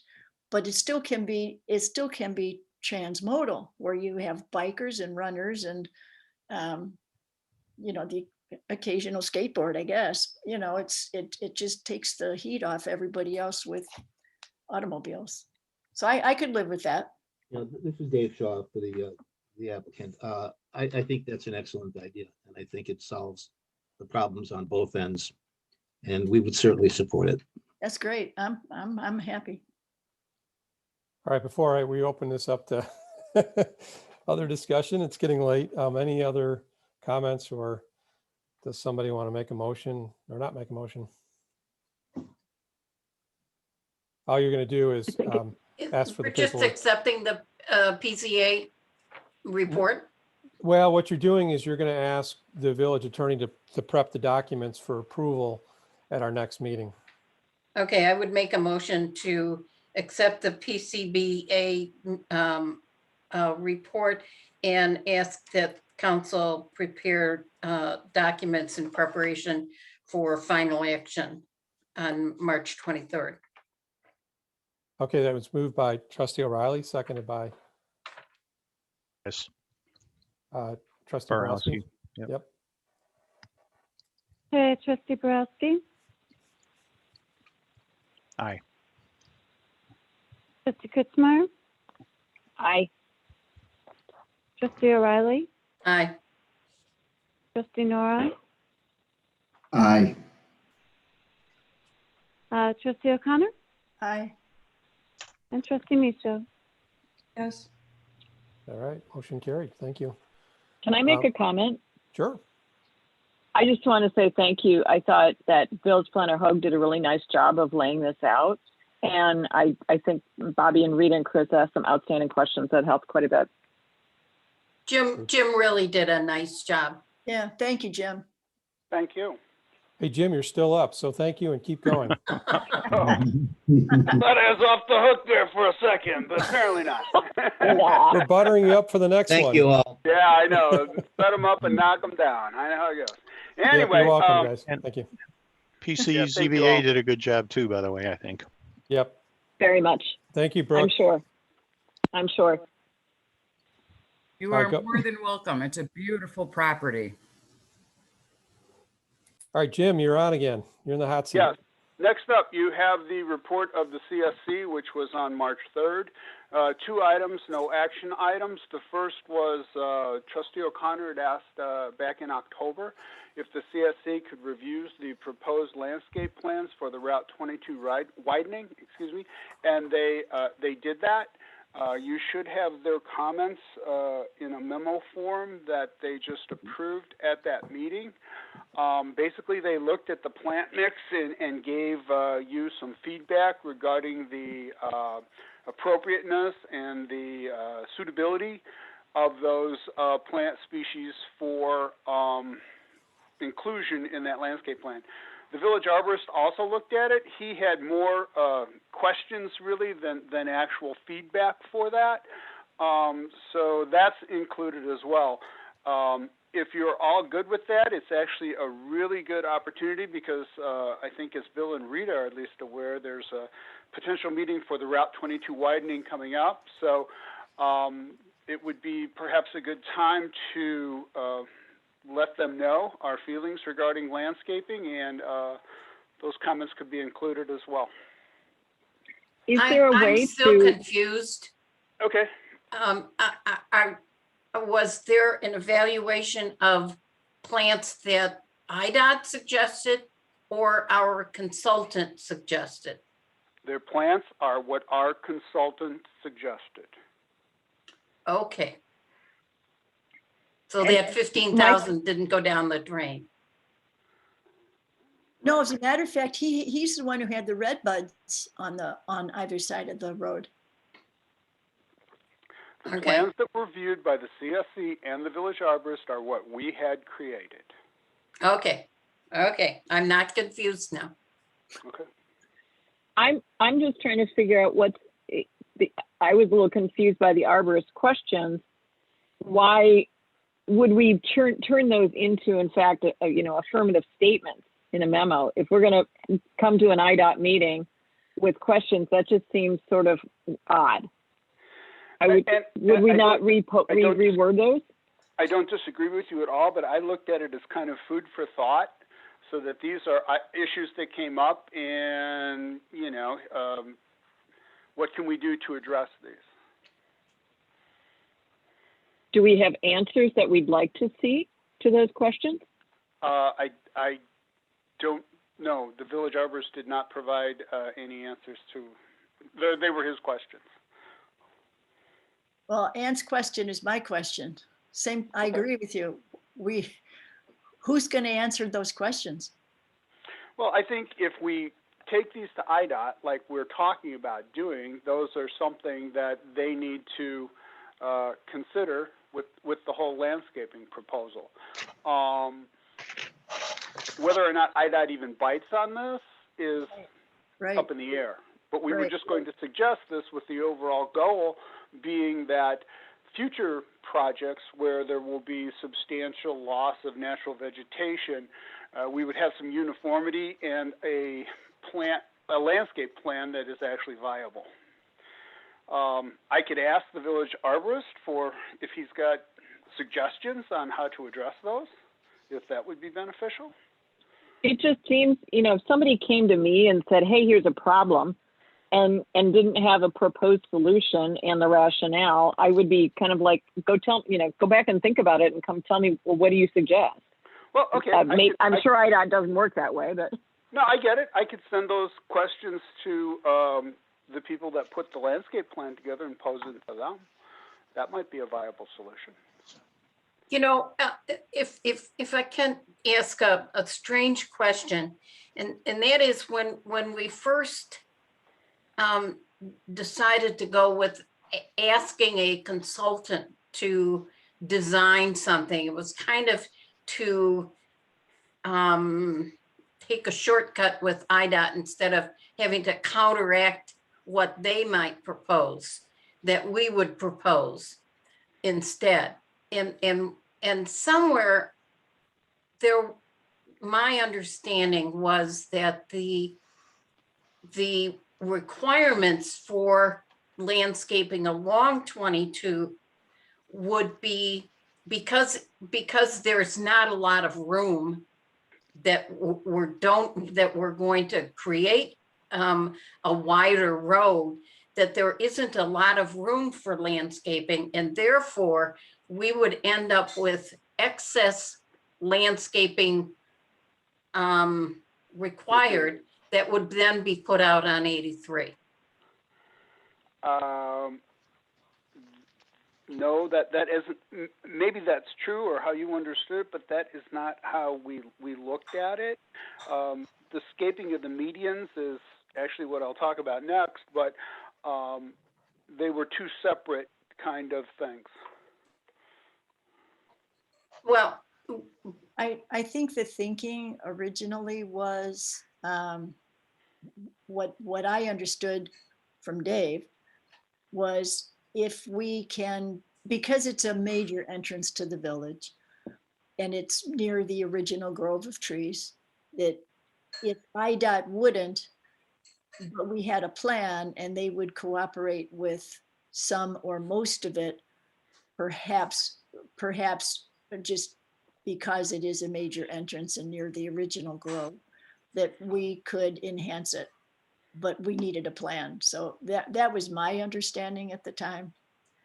Well, that was partly how we got into the consultant. Yes. But it was also that given this road and the constraints on it, that the basic IDOT requirements would provide more trees than what we could accommodate because of the woods along both sides. Yeah. And those excess trees would then head out into the naked medians of Route 83. So Yeah, that something may was have my gotten- understanding with Yeah, it. something may have gotten lost over time because, Yeah. we're trying to protect our scenic corridor, so we don't want this big, huge median in the middle of it. So, Well, there's um, not space for it. and You take down the beauty in order to have a median. correct, right? So it's going to be a normal 4-lane road, or a little bit wider. In and our then- lifetime. hopefully. And then, we'll have the room for the, plants, but they won't be able to put as much as they normally would have to put back. So if they're taking trees down, they're going to have to put trees back. Well, why can't they put those somewhere else if there's no room for them in the That's, location that they're taking them down, right? Yeah. well, I think we have to keep that concept in the back of our minds that it could be something that could be workable. Yes. Right. Yeah. Because we If have you that look at requirement for all our builders too, right? So it's the same thing. Right. Put back what you take away. But If you look at the CSC comments, some of those species may not be suitable for medians, right. and those comments were noted in what the CSC gave you. I thought that their write-up is really helpful, because if they're not going to survive because of the salt, Right. it's like, well, why bother? What's the point? Right. Exactly. Right. Exactly. I think they did a beautiful job for us. The only part that's scary is the arborist questioned the bushes and visibility. And I thought I will take those back to the consultant. I think that's the most logical way to address those. Yeah. Okay. Thanks. Jim, you want to And keep if I going? could just- Oh, go ahead, Chris, or Jeff, sorry. This is Jeff. Just one thing that I would add. IDOT's tree replacement policy is 1 for 1, as far as meaning if they take out one tree, they put one tree back. And one of the drivers of this was Dave knowing that, hey, a lot of those trees are large, well over a foot in diameter. You take those trees down and replace them with something that's got a 2-inch trunk, it's not going to look the same. So the idea was get something closer to however many inches of diameter trees that they're going to take down. Try to motivate IDOT to put that many inches back, because there's going to be a lot of trees removed as part of this project, and going from one tree to one tree, if they take one down and put one back, it's going to look pretty bare. Kind of like what Lake County did on Old 53. Right. Or the Forest Preserve did on Checker. Right. Right. But what's it's not even important, but there's a standard that the diameter of which is the best for transplanting or for, so you're stuck with all that. Okay, What do you need? Nothing. If you're happy with it, well, one thing, I will take those questions back to the consultant and ask them for answers. But if you're happy with it as presented, then we can look at perhaps giving this to IDOT for consideration when we meet with them about 22. Yeah. So our people will coordinate with 3D design, and then we take it to IDOT, right? So what you just said. Yeah. Okay. Thanks. Jim, you've got another item to discuss, right? Yep. As you are probably aware, we started looking at natural plantings in landscape islands, Route 22 and 83 entering the downtown being the primary sites. The board has indicated that this is not a high priority, but the CSC is looking at this, and there's been documentation that's been assembled as to what I'll call best management practices. There's also been some plantings that would be suitable for this. What we don't have, and we're still working on, is what this is going to cost. Really, there's kind of three components to it: installation, maintenance, watering, those kinds of things. So we're still looking at trying to get a cost figure, like a cost per square foot or square yard or however. And then once we get that, we would like to see what interest is out there. The medians in 83 are state property. They're rather large. So I don't know that those would be good for the test plots that they've been talking about. But the Old McHenry Road medians appear to offer an opportunity where we could put test plots in to see how the natural plantings actually function. Perhaps we could work with the county. Perhaps they would be interested in something along those lines. We'd obviously have to deal with them because it's in their right-of-way.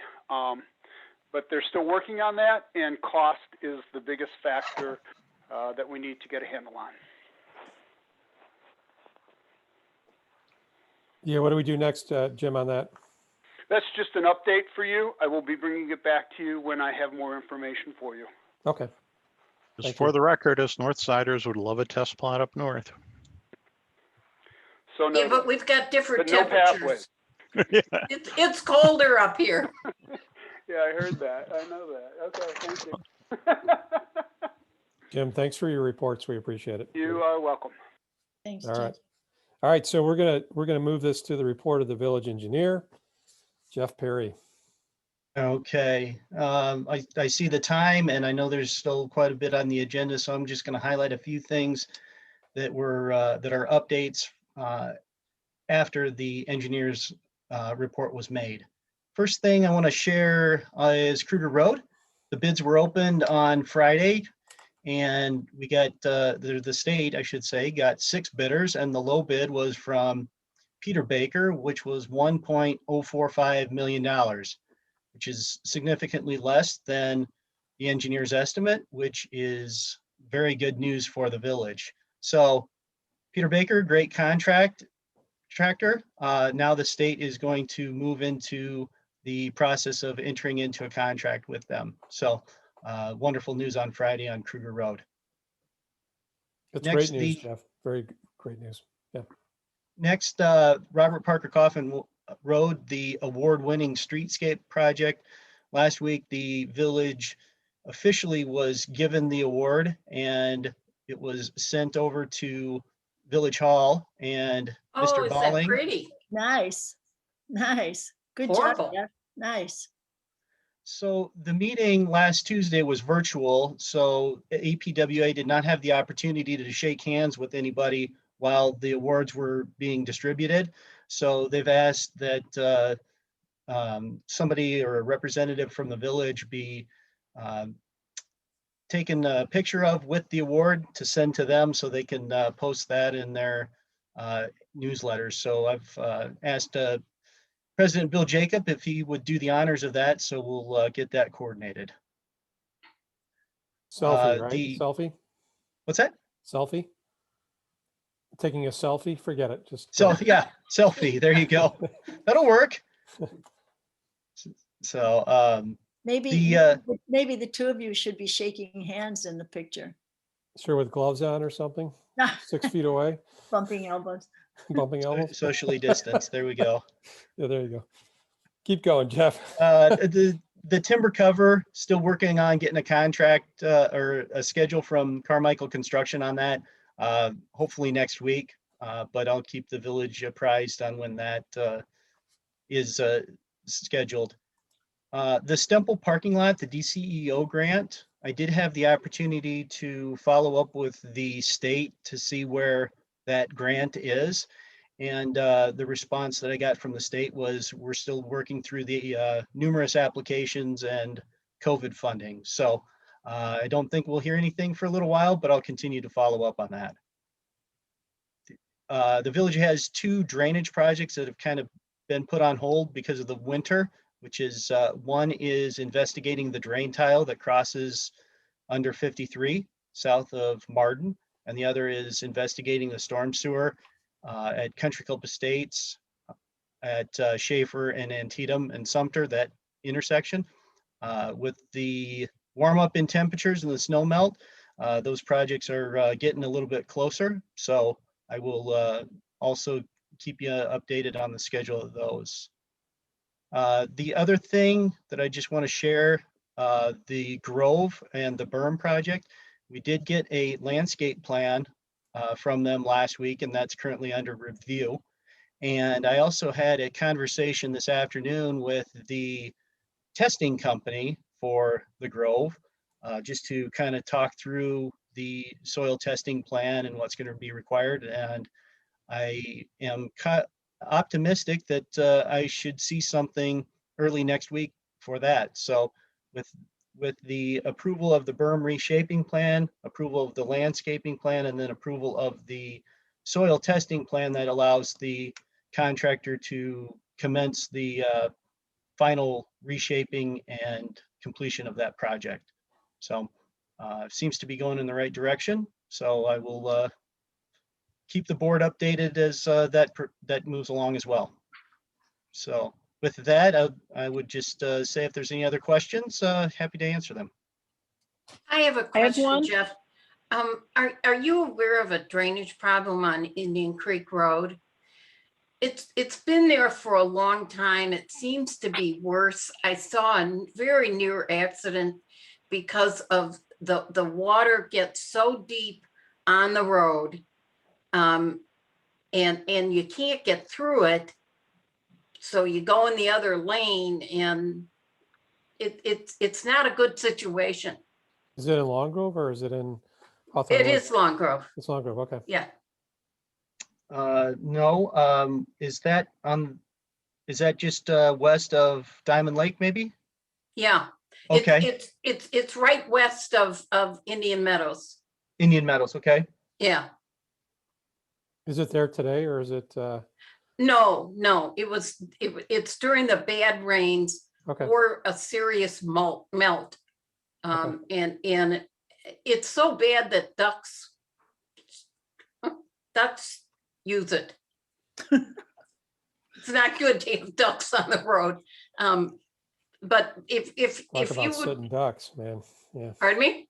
Talk about sitting ducks. Yeah. never Well, mind. yeah, and they get killed you every did time. that. Yep. Keep going, Bobby. So, I'm sorry. It's coming downhill from where the trees are growing, the landscaper poles and Okay. and stuff, and it just doesn't get out of there. Okay, I know the area you're talking about. When I'm in the area, I'll take a look. Hopefully, we can get it addressed and looked at before any heavy rains come, for Yeah. sure. So, Okay, thanks. thank you. I had a question, Jeff, just because the bike path along Robert Parker Coffin Road, you didn't have any updates on the easement agreements, but we know we have to get that done this year. What's the story on how do we move that along? Okay, so we had one owner that verbally agreed to it. We have another owner that wanted to see those marked out in the field, kind of similar to the drainage projects. Now that snow cover has seceded, we can mark that for them. The medical center at the corner, they're having their attorney take a look at the easement agreements. I haven't heard anything from them on that, but I do know that they're moving forward with that. And then the last owner was in the same camp as wanting to see where the easement actually was. So we'll get those marked, talk to those owners, get that moving forward. And I should hear something from the Grove and their attorney probably in the next week or two. What's the date where you would start getting concerned or that you need to have all of that buttoned up? I would probably start getting concerned and making daily phone calls probably in about a month and a half. Okay. So that we get Oh. those firmly in place before we want to do construction later on this summer. Okay, so by tax day. Yep. Thank you. Any other questions?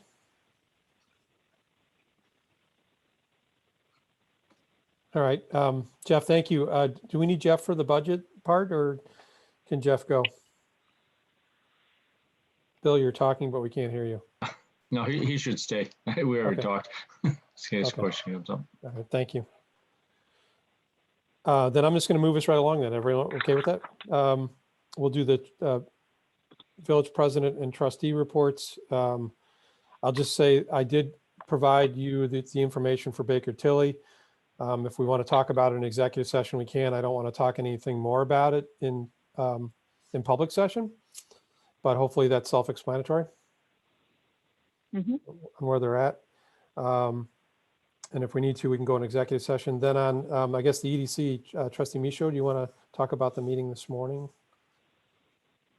Sure. A lot of things we just kind of, it's a continuing conversation.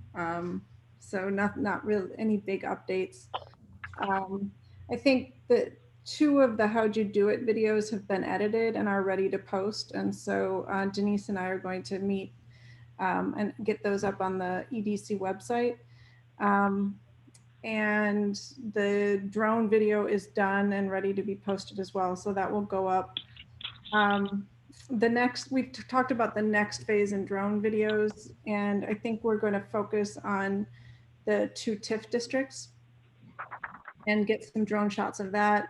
And we looked at a couple neighboring websites and how their EDCs kind of focus on these, and we're going to regroup in 2 weeks and kind of come up with 3 to 5 key points that we would like to emulate on our website, kind of take the best of from what we see.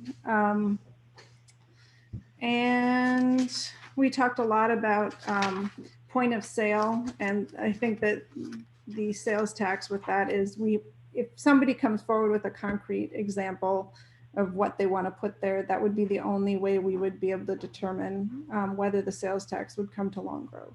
Yeah, you're talking about last mile delivery. There Yeah. was some discussion about warehouses for last mile delivery. Does the sales tax go to Long Grove or not? The sales tax under the Illinois state law this year is supposed to go to where it lands.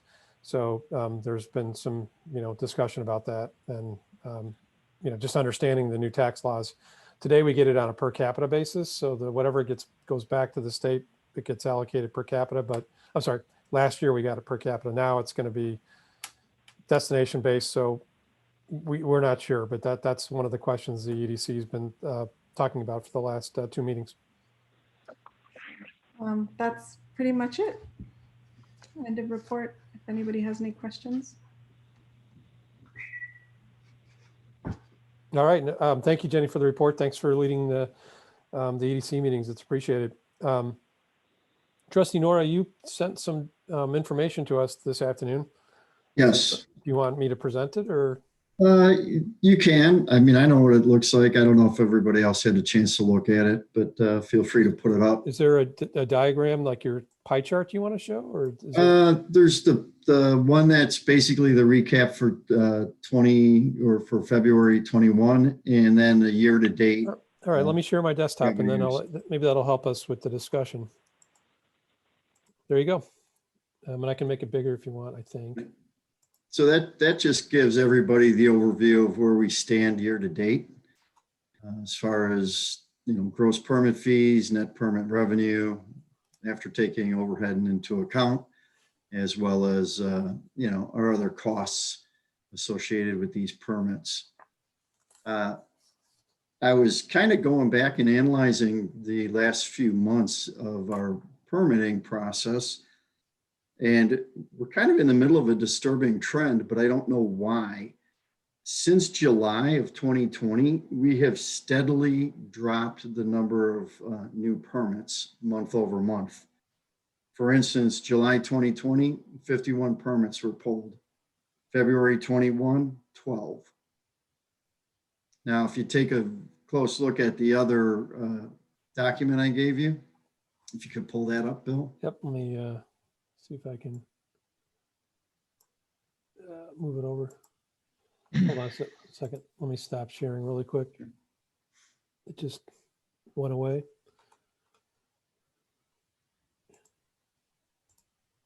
Yep, should be this one. Nope, the other one. Oh, come on. I had them both up here. Here it is. All right, I'm going to share again.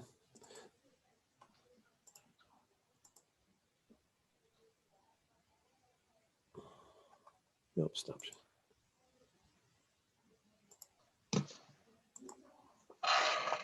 All right, there we go.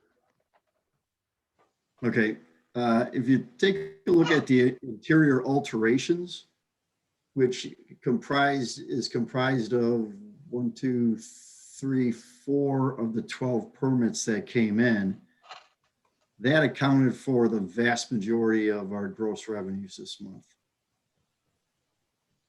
I'm not sure what's going on here. I don't know if now that COVID's kind of tailing off, people are taking their discretionary income and putting it elsewhere, but it's kind of a disturbing trend. Do you think that trend is in other villages? Great question, Bobby, and I don't have an answer for you. So, I could call around and check around and see.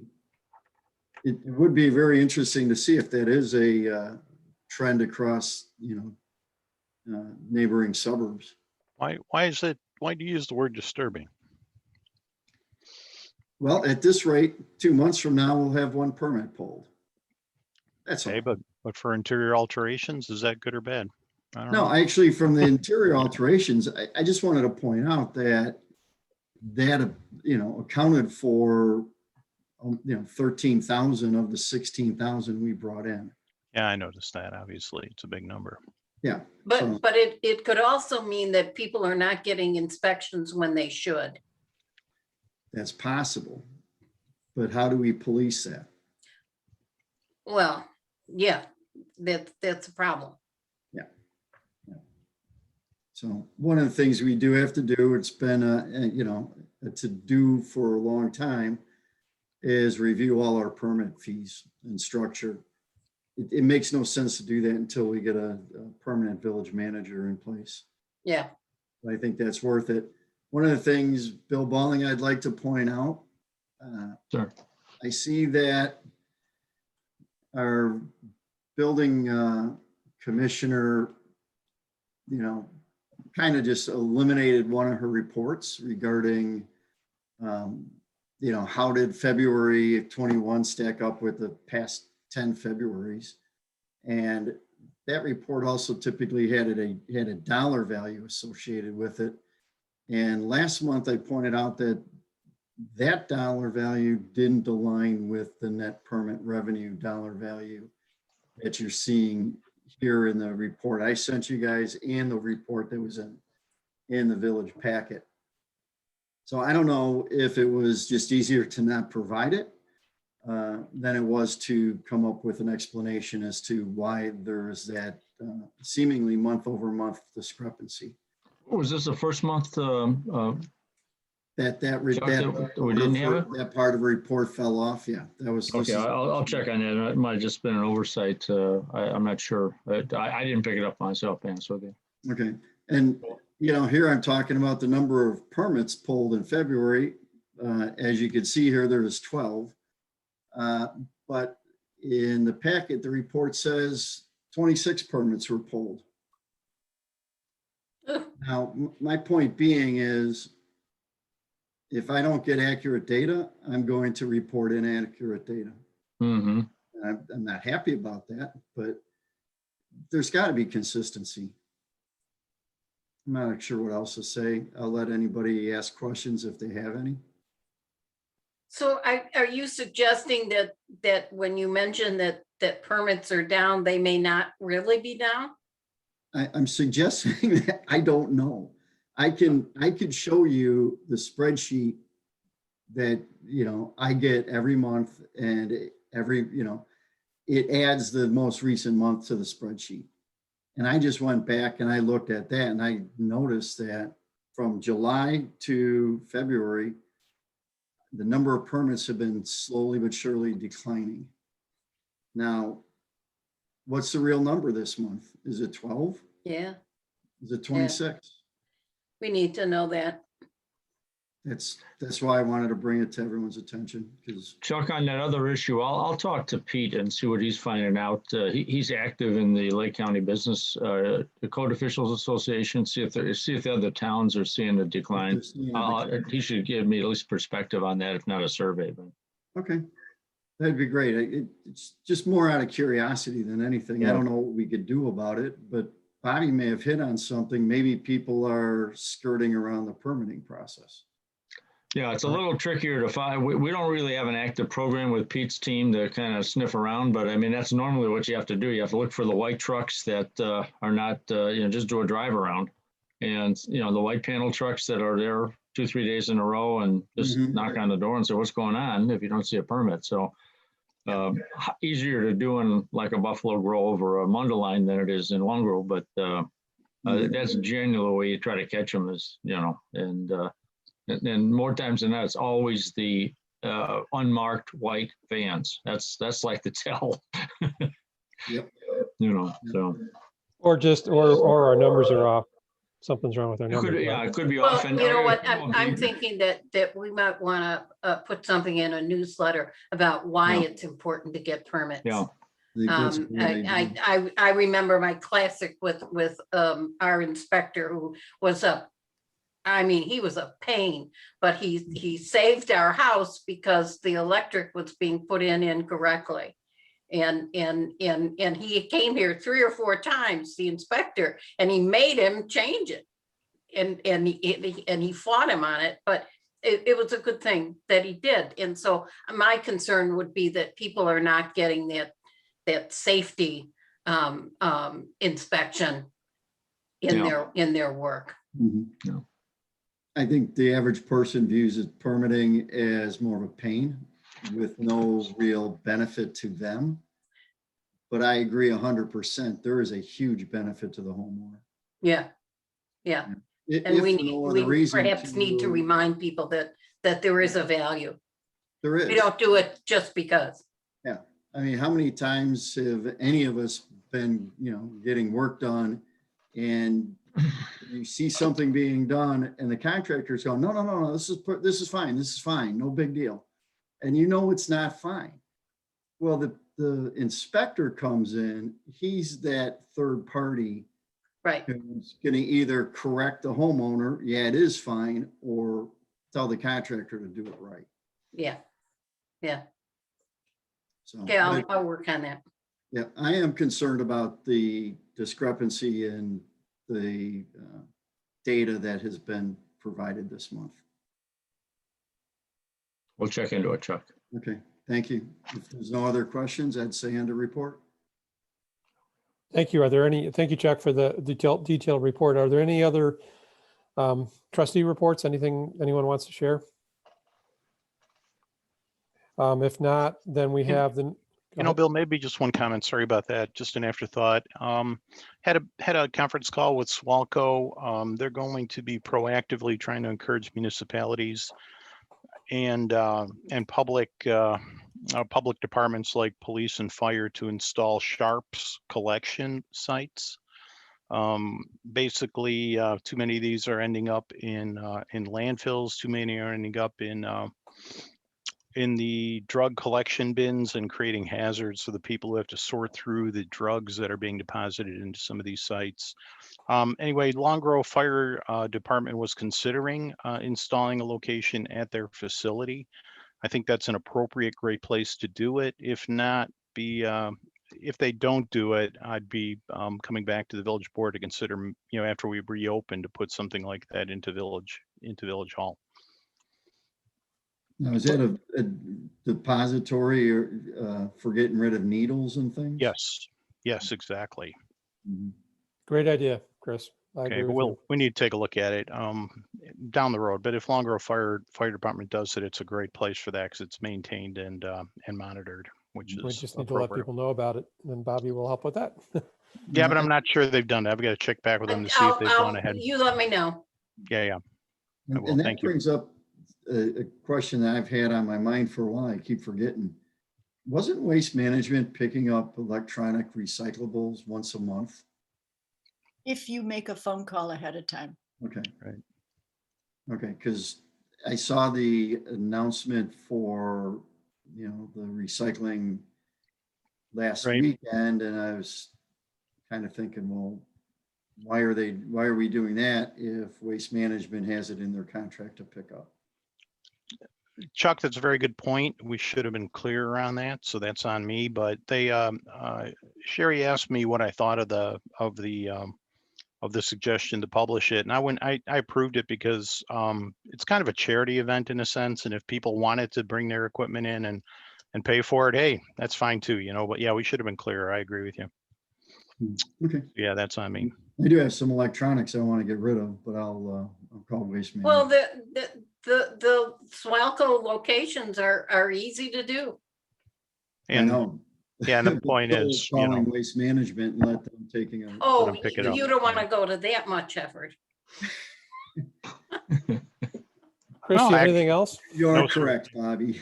No, We're not sir. going to pick on Chuck, so let's. No, hey, no worries. All right. If there's no other reports, I'm going to move us on to the minutes. There's two sets of minutes. There's the February 23rd and the January 26th. Does anyone have any corrections, adjustments that they want to make? Comments? If not, does somebody want to make a motion to Can we approve do them both? both of them together? Yes, we can. I would make a motion to approve the meeting minutes of February 23rd and January 26th. Okay, moved by trustee O'Reilly, seconded by Second. by trustee Nora. Roll call, please, Amy. Uh-huh. Let's see, trustee Michelle, Yes. trustee O'Connor, Yes. trustee Nora, Aye. trustee O'Reilly, Aye. trustee Kritzmeyer. Aye. Trustee Borowski. Yes. All right, motion carried. Thank you. The next item on the agenda is the approval of the bills, right? Now, we got that today. I don't know if, Ann, do you have any comments on them or? I've got two quick comments. They're, basically our regular bills. There's nothing extraordinary. With two comments I would make. We have making another payment to Baker Tilly for recruitment of the village manager. So we're along in that process. The others, we've got quite a bit, roughly $186,000 in snow removal. That added to the year to date as of the last December 31st of 167 means we're at $350,000 in snow removal, not counting salt. So we're over budget of 280. Nothing to do about it, but just noting that, you see all of that. We can't control the weather. We can't forecast the weather, but we will be over in snow removal, but it's a good thing. We want to be safe. With that, And unless there's any- they do such a good job. I mean, we They usually really do. should be proud of what they do. I will say my little stub, because I live on Arlington Heights Road, so my end is Long Grove maintained and then the rest is county. There are many times when our north end is much cleaner and nicer than the stuff that's maintained by Buffalo Grove or the county. There was one time, and I actually texted Bill Balling about it when it was super, super cold. I think that one was an outlier. Normally, I agree with you, Bobby. It's really excellent. I think that one we got stuck in, the temperatures just dropped too quickly and the salt just stopped working for us. And, but I will underscore that, Steve Lester's done an amazing job on follow-up. There's a lot of, I don't want to say contested, but judgment call issues on mailboxes and other things. And his approach is let's fix it and let's talk about it later. Very responsive. And I think, by and large, people, nobody likes to lose their mailbox. Sometimes it's not the operator's fault, but he's been very quick to respond to it. And he maintains a real close attention to our salt inventory too. I place all the orders, but he keeps me informed in terms of the volume, everything. He's got the big yard up in Grace Lake, and I think he's one of our better values in terms of overall service providers that we have. But they're all, several are very good. Eli does a nice job, not in plowing, but in other services. So nice to hear him.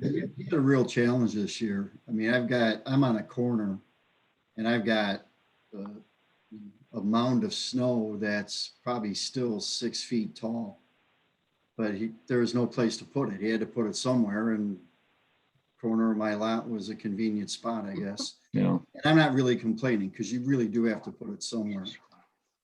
Although they may have damaged a bunch of bushes on a common area here on Chickamauga. So I took some photos. I'll look at it once that snow mound melts down enough, and I'll bring it to Bill's attention.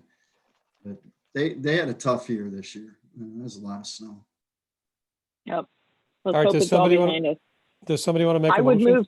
Yes. Yes, I would move that we approve the pay warrant for February 2021 as shown. All right, moved by trustee Kritzmeyer, seconded by, Second.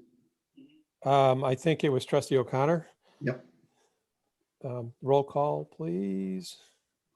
Okay, trustee Borowski, Yes. trustee Kritzmeyer, Yes. trustee O'Reilly, I'm going to abstain. I haven't seen it. okay, trustee Nora, Yes. trustee O'Connor, Yes. and trustee Michaud. Yes. All right, motion carried. Thank you. The next topic is the presentation of the first review of the fiscal 21-22 budget. Let me know how I can help. Ann, are you going to lead this discussion? Or is Bill I going to can lead kick it? it off. And Yeah. Bill, did you want to kick it off? I'd be happy to, Anna. Just the process we followed this year is a sort of a three-step process. The first was what we call our budget committee, which was Ann and Denise and myself, going to put together some concepts. And I think together as a team, we did a really, really great job. Ann provided great perspective, a lot of hard work, and sage advice in terms of how we put the budget together. Denise was just a ball of energy and quality in terms of getting things put together, analyzing and whatnot. And then between the two of them, they pulled me along, and we got a pretty good operating budget pulled together. A little softer right now as of the stuff you got just today on the other funds. As you remember, when we assemble our budget, and the one you'll see in April, we'll have two exhibits. We'll have Exhibit A, which is the kind of the discretionary kind of comprehensive operating budget, which is the general fund plus the capital projects. And that's where I want to spend most of the time this evening, is to get your input and perspective on that. And then the second one is the other funds, which is primarily the TIFs, the TIF, the SSAs, and then two operating funds. One is MFT, which is pretty easy because it's that we use 100% of our MFT money on capital stuff. So it's really a documentation of the money coming in and transferred over to our capital construction fund. And then the water operations, which is an operating account that relies on some transfers. As you know, the board, as a matter of policy, keeps the water rate low as an attraction for additional customers and improving and increasing our customer base. So that is actually of our operations. That's the one that relies on an operational cash subsidy to balance the operating accounts, and that comes from the general fund. And this year it's about $60,000 in rough numbers for that operating account. But and Bobby will recall this from our early budget years, the presenter always tries to make a connection with leadership. And, I'm going to start with the village president and just, say, go Ramblers. It's important. You made the big dance. And just so you think I'm not totally crazy, I do have a relationship with Sister Jean. Oh, geez. So Oh, very nice. there's a lot going on this budget presentation, so Oh, that's great, Bill. That's I great. appreciate it. So anyway, those are my strong points now. And, You want me to show anything, Bill? I will tie into other institutions as they become. Hey, Bill. Yes. Bill, I sent a 4-page PDF, I think, last night. Might you put that up? Oh, the one from you that you emailed Yeah. versus the Excel file that's in the report? Okay. Well, it depends on people's, we can always get to the Excel if people want to like cross their eyes, and that's totally fine if they tie. Okay. All right. Let me. And I read them both. I loved it, Ian. Additional budget charts. Is that what you're talking about? That was sent at 10:58 p.m. F budgets. Probably. It was excellent. Okay. Let me show that screen. Let me know if this is what you want to see. Yeah. That was the one. Yeah. Because this is a high point, and kind of Bill said, it was a similar process. We take a look at the run rate and trends, of course, but instead of just saying, all right, we've got 8 months, and then you just gross it up to 12 months, we did take a look at some other things in there. The sales tax, that run rate would indicate a little less than what we did put in the plan. We put it up about 3%, but if you look at the month by month in the most recent months, our sales tax has been trending up, which is a good thing in that area. And we can look at the individual numbers in there if we want to. Income tax, we use the Illinois Municipal League projections. That's what we've been doing over the last several years, is for things that come from Springfield, we use those projections. We've been, if you've been reading the stuff you get that comes from Brad Cole, Pritzker is recommending a 10% holdback on that. And Bill, you want to talk, because you had a call with somebody yesterday or the day I didn't get a before. hold of Brad, but I got a hold of the legislative leader, and he didn't give me a lot of optimism. He says, look, we're fighting it like crazy as a league. We think we're getting our pockets picked. But there's a lot of momentum, get more money at the state level, and it has to be approved as part of the budget process. It's not an executive order that would make that happen.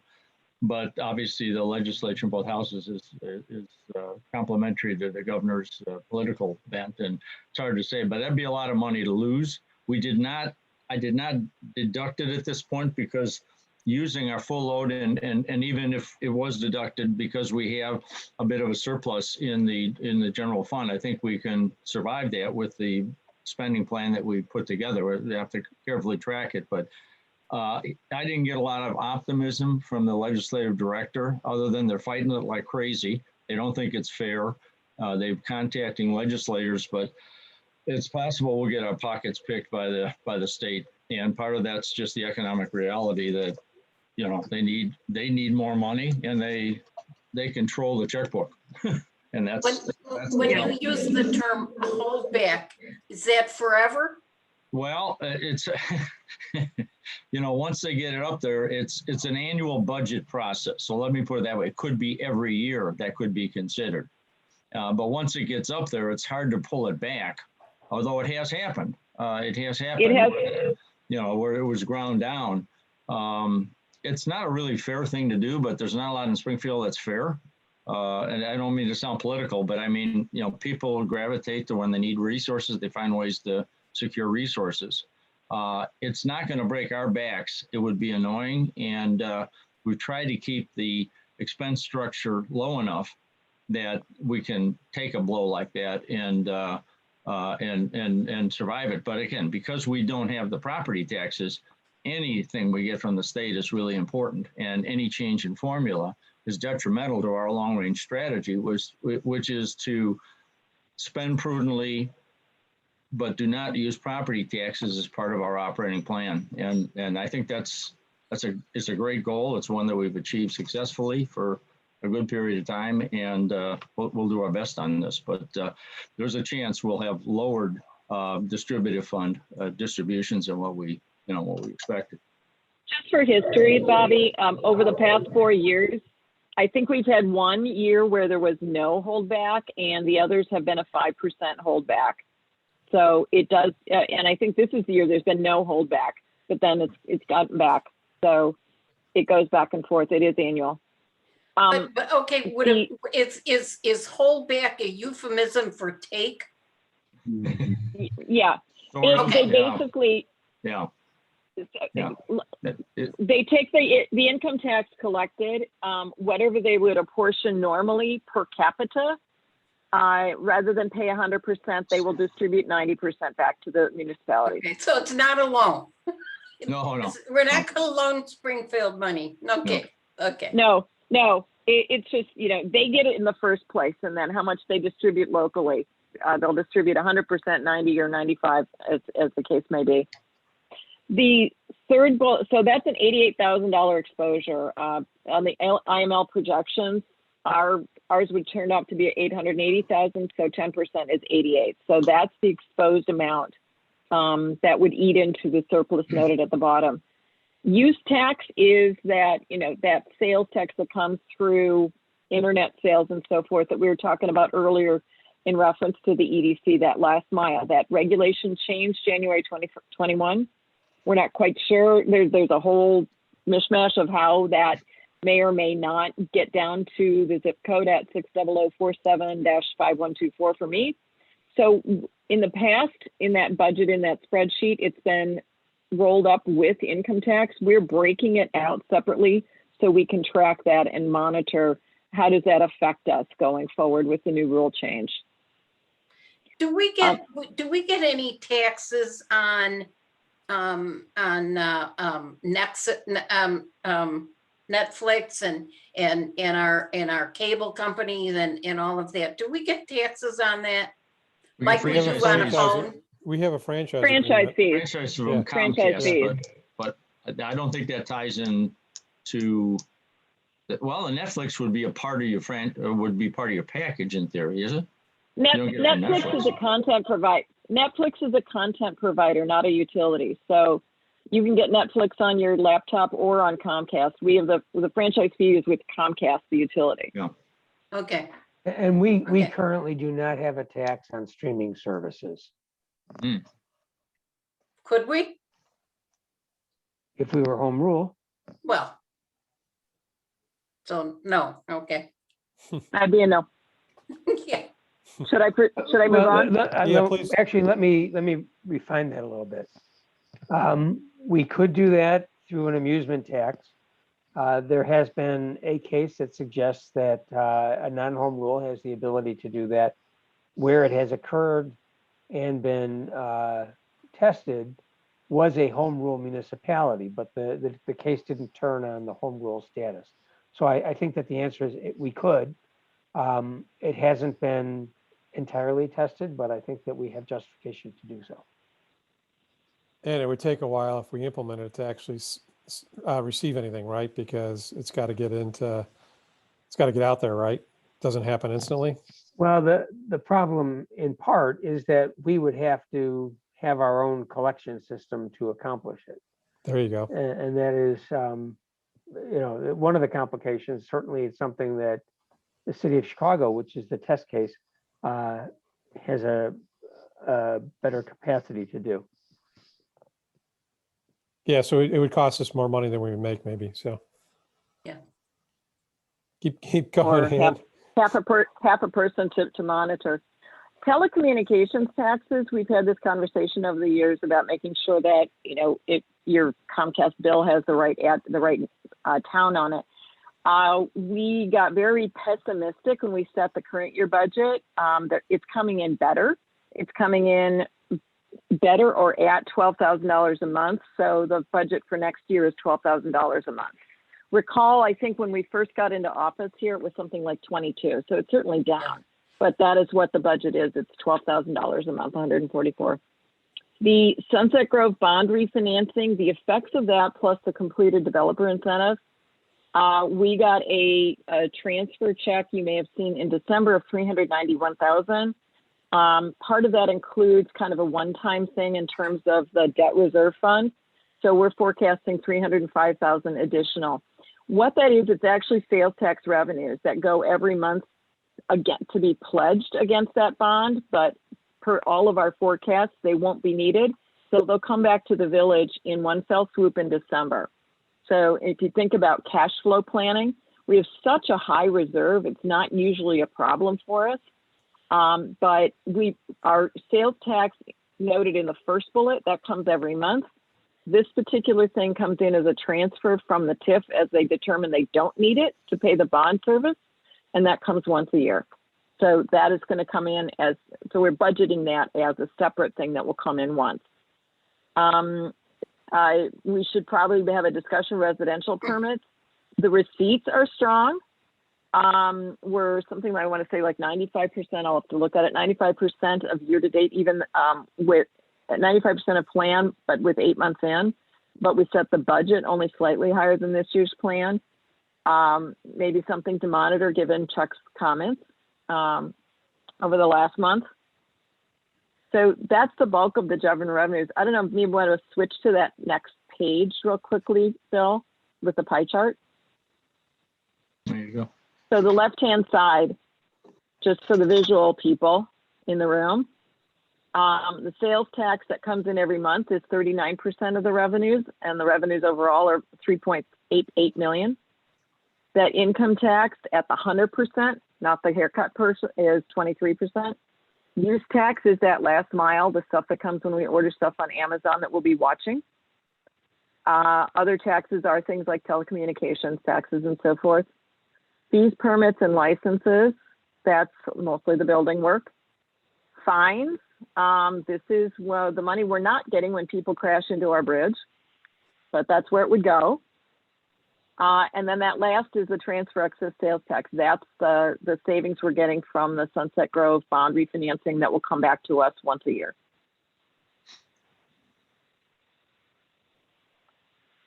So altogether, 47% of our revenues driven by sales tax. So the more we can grow sales tax and diversify it, we've been so lucky during COVID that the bulk of our sources have been, very resilient and thriving during the pandemic. Yeah, we're doing much better than some of our neighbors. And of course, no property tax. So can you go back to the first page, Phil? Is this the right level of detail, by the way? I think it's fabulous. I do, Anne, thank you. Yeah. Okay, I mean, you're welcome to go through any of the spreadsheet. Believe me, Bill, Denise, and I went through it all because there's things that over the years I may not have understood every line. I think we've got a handle on almost every single row, really well. And I went We should through give it you a too. bonus in your paycheck. Mine? Yeah. Big one. 10%. Lot of work went into. There we go. Well, hey, one of the things is you actually put the accounting codes at the beginning of this budget. I don't remember seeing that before. Was that done intentionally? Well, Dave had started doing that. Yeah. Go ahead. It's really important to have them, and we actually need to improve a little bit. We have to work with Seidler a little bit and get a little bit more organization. There's still some overlaps that don't make some sense to us, but I think that's a challenge. Once we get the budget approved, then we can make these adjustments. We have to be very careful on the coding aspects, and we've talked about that in terms of how we're going to do bill coding and processing and linkages with Seidler. But there's several things that are helpful, but starting to recognize our spending by the accounting code we have in BSNA is really, really important and should become much easier to read for the board as well, to recognize in our reporting that that ties into those systems. But coding could be improved. There's no question about it. Yeah, we've had some conversations, and as Bill said, once we get to approving the final budget here, then we'll break it into the months and put seasonality in there. Get that in the accounting system, and then we want to make sure the accounting system and the coding is organized and grouped in ways that makes it far less manual, far more automatic to show us, give us information, not just data. Yeah, and the monthly trending will be really important to get a grasp on that, and as we move forward to get that reporting done. Mm-hmm. So the wages and related benefits, that's not going to get confirmed until we get the village manager on board, all of that reconfigured and things like that. There's about a 2% increase in here right now. And we've had some conversations about personnel and executive sessions. So that's it, but that's really the highlight there. Lake County Sheriff contract is in there as per contracted. Thank you, everybody. Public Works, I'm calling it snow and mow. I kind of organized it in a different way. Well, Hey, that's can I pretty much interrupt you what it real is. quick? Ian, Bill, did we get Sure. that signed off by Amy or you and back to the sheriff department? Yes. Okay, Yeah, thank you. that was electronically transmitted to them and also mailed. All right, thank you. I'm So, sorry. and we had that confirmed by the sheriff that it's been received. So Thank you. I think their plan is, when did they tell me they're going to do it? Soon. They're going to have it done in March Okay. before the county board. So that's good. That's good Thanks, news. Bill. Sorry, Ian. Thank you. No worries. So snow and mow roughly flat, legal and litigation roughly flat, engineering down slightly. I didn't have anything to do with that. So Bill, if there's anything comment on there other than obviously we can't forecast the weather, but. Right. Yeah. I mean, we've had a challenge with the snow and ice, but the good news is we've got a great contractor, and I mean they've earned our business from their performance this year. And I haven't sat down with Stephen given his post-seasonal assessment, but it's going to be good when I talk to him, because he's been very willing and very open and very communicative to me during storms and after storms, and issues large and small come to it, and he's very responsive. The other people I want to give a shout out to is Ela Township. These guys are great. I mean, when we save oodles of dollars by by basically contracting purchasing services that we want, and it helps them, frankly, to survive and flourish and maintain the inventory, because they do it for other people. They do it for Killdeer and others, and it's a great relationship. And we use them for as much miscellaneous building activities, because we have no capacity or capability to service the building. They come out real quickly to do it. And of course, our professional services teams are doing, giving a shout out to the people that we have are pretty good and to excellent. Bobby, you and I are going to have some conversation soon about extending and expanding the communications role and how do we want to do that best. Bill and I have had some conversations with Melanie in terms of rolling out this messaging, social messaging system, and they're without contract right now. They're month to month, and those are issues that we'll talk about further and then sit down with that contractor. But by and large, your contractors are pretty good.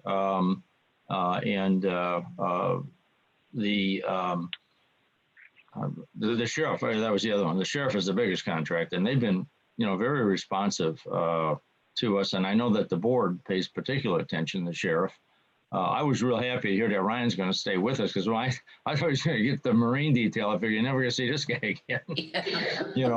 Unless they put him in January, February cycle, then it's not so much fun. But that's killer duty for a seasoned sheriff. And I know a couple of guys personally that have had the opportunity, not only in the Channel Lakes, but also they do some patrolling on Lake Michigan, and it's pretty nice assignments. But serious business, no question about it. But they do a good job. So I think overall, I mean, as far as a business model that you've got, you've recruited and retained a really good, solid team.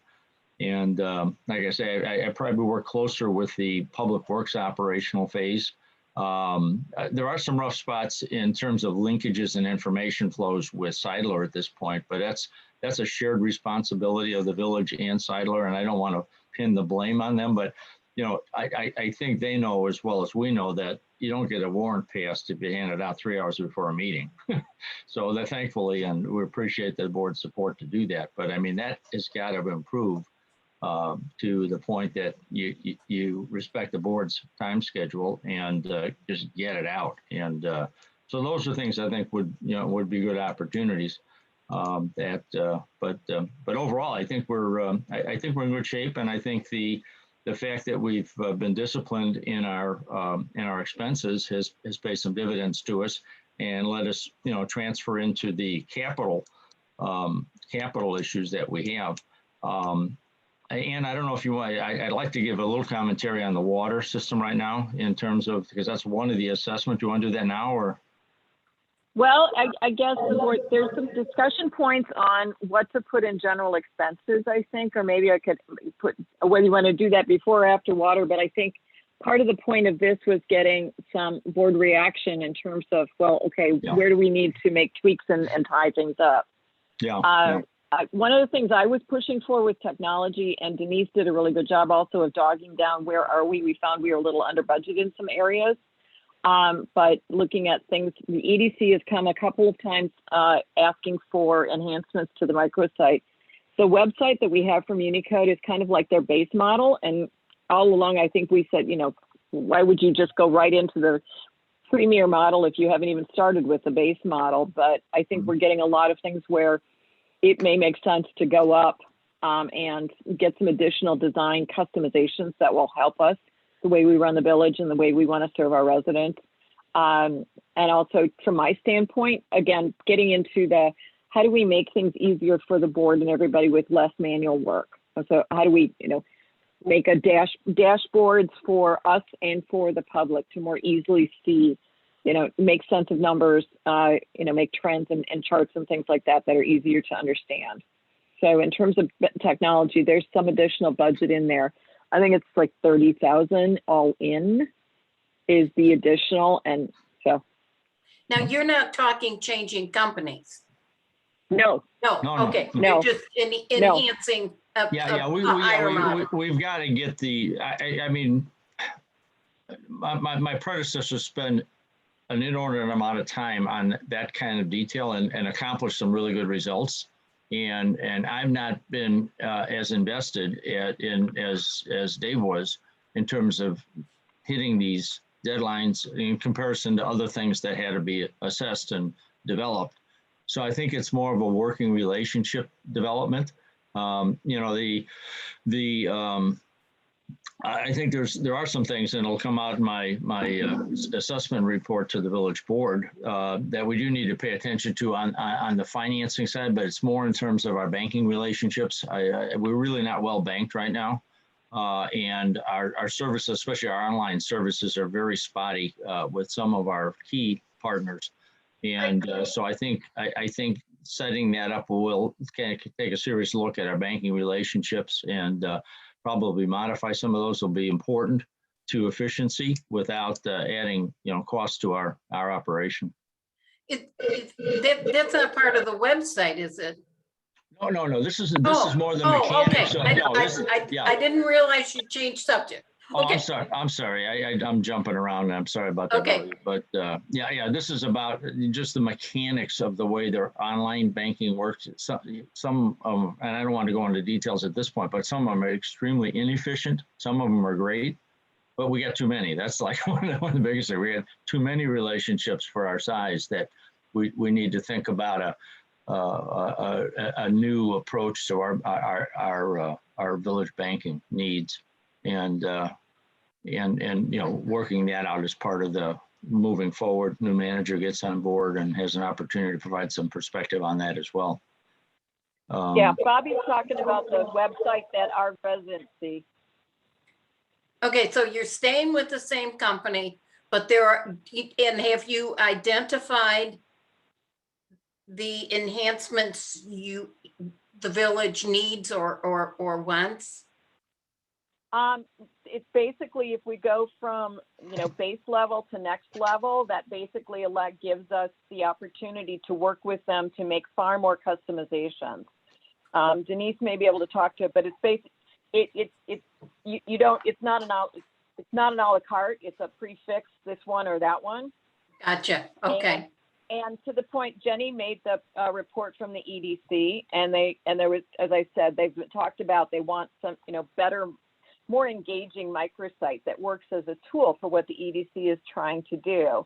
And I pointed out, I guess I asked it today. I said it would be very helpful if you could come up with a list of like 3 to 7 things that these are the key things that we want to see on an EDC site.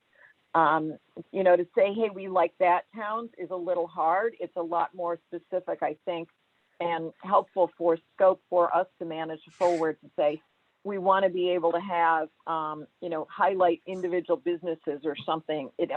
I know that's a hot point, but Yeah. but for them to come, I know, but that's much more specific than say, hey, we like what Lakewood does, or we like what, town XYZ does. Okay. So, And in this process, is there allowance for cross-training so that somebody isn't the only person who can do it? That will, everybody will have access, not access, but more than one person will be able to work with this. And I would assume that somebody on the EDC would also be trained on it. so I could have Denise to, I'll speak up, but MuniCode is the baseline for our website. Their baseline service includes refresher training every year, no matter what. And so I know they had refresher training that Sherry, Margarita, and Denise attended, and Jenny and I were invited, and I think Mina. I couldn't make the date. I wanted them to schedule it around staff, certainly not me. But in fact, that's what happened. At least I know the most recent one. Perfect. Yeah. I think of it as small, Bobby, I think you're right on. The small operation demands core competencies to at least understand and step in if necessary. Maybe not at the rate of speed that the primary person will, but certainly have some awareness. And that really is a philosophy that's going to flow through the entire management system in terms of general awareness and understanding of systems that you can have plug and play type directors and everybody on staff is going to have some elevated level of competency to understand the machinery of this organization. Okay. Hey, Ann, are we getting analytics off the website? And does anybody have those? Denise does, I believe. Yeah. Denise, are you on still? Yes, we did just pull, I pulled some analytics off the website just to see like the top 100 pages. And we were specifically looking at the economic development, like how many hits has the economic development site had since the establishment of the website. So yes, I do have those. I can, I think, I'm not sure exactly who I sent. I know the EDC got them, but I can send them to the board also. I got a copy of them too. It'd probably be good just to see that. If you can share, I'd appreciate it. And if you can share outside of EDC as well. I mean, talking about investing 30 grand possibly, be nice to know if we're getting 10 hits a month or we're getting 1,000 hits a month or what, or what the people are coming into the site for. Yes, that's actually right. And it's actually for the site portion of the budget, it really is only about $9,000 because it's. Oh, I understand. I read it. I actually read it. Yep. Okay. The miscellaneous area also includes some things I think for discussion. It includes a transfer of the TIF, and that's something that's been required every year, that if we're non-home rule and we have a TIF district, the general fund needs to contribute an amount equal to 10% of the increment. The good news is this past year, the increment went way up as Harbor Chase valuation went way up. We got the higher valuation for the Archer lots, and then the Sunset Grove area went up. The flip side of that is that we need to transfer $75,000 because the increment was $745,000. So that now needs to be a formal budget item. It's not something you can just sort of like tuck in. So that looks new, but it's not new. It's always been there. The other things, the grants, community grants, we gave it we were very concerned last year as we were setting this budget during COVID. We gave grants a big haircut. We brought that back up to the $30,000 level. It's a board discussion. Economic development, to your point, Chris, about having website hits and things like that. It's one thing to have a website. There's also at any point in time, do we want to start sending people there, and how do we do that? Social media is certainly one area to do that. There's other ways to do that. And will we need things like designers for a brochure or for something custom or something like that? So there's a modest amount in there for Economic Development Commission support that's unspecified. I'm trying to think what else was for discussion. You put the workshop in there, right? I So did. That does not have that has got 0 allocated to it right now. it's a good idea because after the election, and hopefully we can meet in person somehow.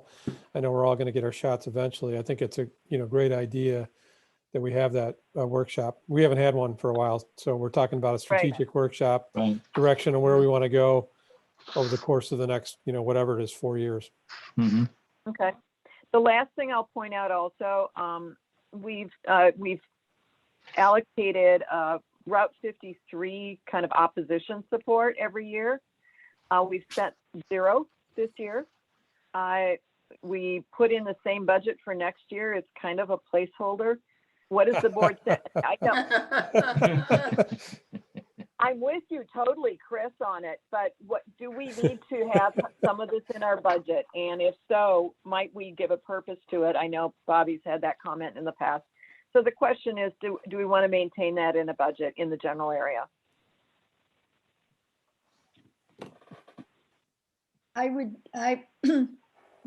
As we speak frequently, we meet the first Monday of every month, the little group. And actually there's some extremely knowledgeable, connected people in the group whose information and advice is invaluable. And I can foresee easily needing to tap something like that, maybe not this year, but perhaps in the next year or two, because sooner or later the state it will not be able to resist selling off a land that they own, purchase with taxpayer dollars. And the developers are already lining up, licking their chops. The environmentalists are lining up, hoping that parts will be environmentally sound and multimodal. It's it's going to be a free for all, I think, in some junctures. And now with the Lake County increasing the gas tax, they specifically Did they approve it today? I didn't hear. I know that the last I heard was everybody had kind of settled down to 4 cents a gallon. Lots of puffing, lots of huffing, lots of talking about. Well, that was what was on the agenda. Right. Was the 4. Right. Yeah, I don't know what the gist of the vote was, but they were very specific in the presentation a week ago, I guess. Yeah, it's approved at 4 cents. Was it? Okay, not much of a surprise. We got a bargain because DuPage went for 8. Right. So it's such a deal. 20 years ago. It's all about framing. Yeah. But they want to build those north-south roads to get the trucks through. He said that twice in the presentation. Oh. I was on the Lakemore website and they had a big link to the 53 corridor. So there's still people that want it. So I think it's good to keep. Well, because, towns like Lakemore are looking for all the retail that sprouts up along those roads, because it's huge for them. That's the only way they're going to grow. So I agree. And that's why I think it's important to keep that money. Yeah. Okay. Okay, we can do that, certainly. Did we give money this past year or the year before to the 53 group? I never heard back as to what they did with it or it was the year before. It was last year, yeah. Yeah, I think it was. No, not last year, the year before last, right? Correct. Well, it was the last fiscal year, so it was before last May. Right. And I think it was 10,000, if I'm not mistaken. It might have been a little bit more because there was a couple of installments. We did it a couple times. That's right. Yeah, maybe 7,500 twice, something like that. Right. They worked their little keisters off, and a lot of networking and hobnobbing and. Well, but the reason I ask is that it's reminding me that not everybody's on board with supporting them, and that was a discussion that we had with them, and yet I never heard another word about it. That's true. And probably, I'm guessing that the thinking is, well, the people who meet, once a month know and understand. And I agree with you. You need to let the people who wrote the check know as well.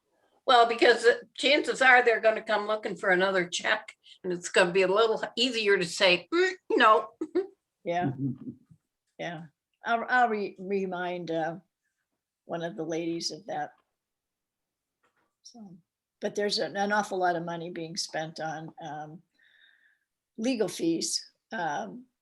It's a bunch of little wins along the way, and the people who've been doing this for a long time and who have been successful keep saying, you have to remember, you have to have patience, because none of this happens quickly.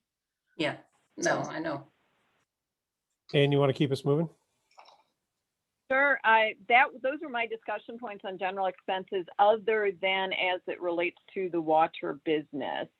I don't know if you want to do that. If you want to look at the pie chart on the next page, we'll just sort of, for everybody's point, understanding wages and benefits, and that means some of the benefits and things like retirement and workman's comp and things. No, not workman's comp. I'm sorry. FICA and so forth depend on wages. Lake County Sheriff is the single largest. Snow and mow, office and operations. Broke out communications and economic development. That does include the contract with the HDL-GBA for tourism and economic development through their SSA. Legal and litigation, 7%. Engineering, 4%. The miscellaneous that we just discussed is 5%. Next. So, yep, next. Doing- Capital budgets are Capital. fairly straightforward. Go ahead. No, go ahead, Ann, I'm sorry. Capitals, budget sources, infrastructure tax budget, and this is infrastructure tax is considerably down from the current year. That may be a surprise. That also, I think, is going to end up we're going to end up with a transfer in December, because the portion of the infrastructure tax in the business district is also pledged to those bonds, and also likely not needed, but a much smaller amount overall, it seems. That North Kruger bid we know came in lower. Thank you for that. So the federal portion will cover $921,000 of the full cost, including the engineer, the overall construction contingency. And then the two other grants, I said in hand, it's not quite right. State grant, we're still waiting to hear on. IDNR grant we do have, we have to get that done. And then the MFT fund. So those are the sources for capital, and the projects are the ones that this board has already discussed, other than a space study. Yeah, the space study is something that I will be included in part of my assessment of facilities. You don't want to put too much more money into the historic village hall, because you've got some challenges in terms of not only space, but compliance issues. But I do think that's a great candidate for repurposing and as a meeting space. And so that begs the question, well, where are you going to move your staff to in some place? And that really starts with an issue of what are our space needs? What are our assumptions with regard to, do we work? I mean, since we've had COVID, we've been working in a limited staffing environment. So we've got people that are, accommodating a schedule that has alternating weeks at work at home and work, and do we enrich that? Or, the good news is for us, we have no need for specialized space. We don't have a police department, don't have a fire department, don't have a public works department. Those are huge treasures of savings for us. So the question is, where can we get compliance space competitively and marketing? There's where you start with all of that is really a good, honest assessment on what the space needs are for the small staff that you have, and how do you accommodate that. Just the unscientific part of me that just looks at, how would we repurpose the village hall? We certainly wouldn't vacate the village hall. We'd use it for community meetings. The board or planning commission could use it for workshops and other meetings. Everybody's got their eye that has looked at it on the what's the lake one? The old CDF Industries property that's going through repurposing. That may or may not be a fit for us because of the size limitations and minimum requirements they have. But there's good quality suitable spaces throughout the village that we need to understand what our needs are before we can start looking at that into the future. I see probably the single need we need to maintain the village hall as a community functioning space would be probably the addition of an additional restroom facility. So we'd have at least 2 active plumbing restroom facilities in the building. But concepts of, homeowners association meeting spaces and events, remote and unmanned satellite police and sheriff stations that would populate the area, periodically, so it would look live when it's not necessarily staffed, and things of that sort would be repurposing of that spot, and could be accommodated within the portion of the first floor that would be compliant with basically federal standards that we have to live with. So that would be the starting point to do it, and then seriously engage a realtor to kind of examine opportunities and availabilities and see how that prices out, and stay in place during the time that we're doing that, but have a plan established that the ultimate end game would be a compliant facility that would accommodate our needs. So a small amount of money would go in with that. The other issue that we really need to pay careful attention to is Jeff gave us 5 or 6 maintenance type projects that on the water plant that really need attention almost immediately and should be pursued. The other issue, and it's not in the capital plan right now, but I know there's an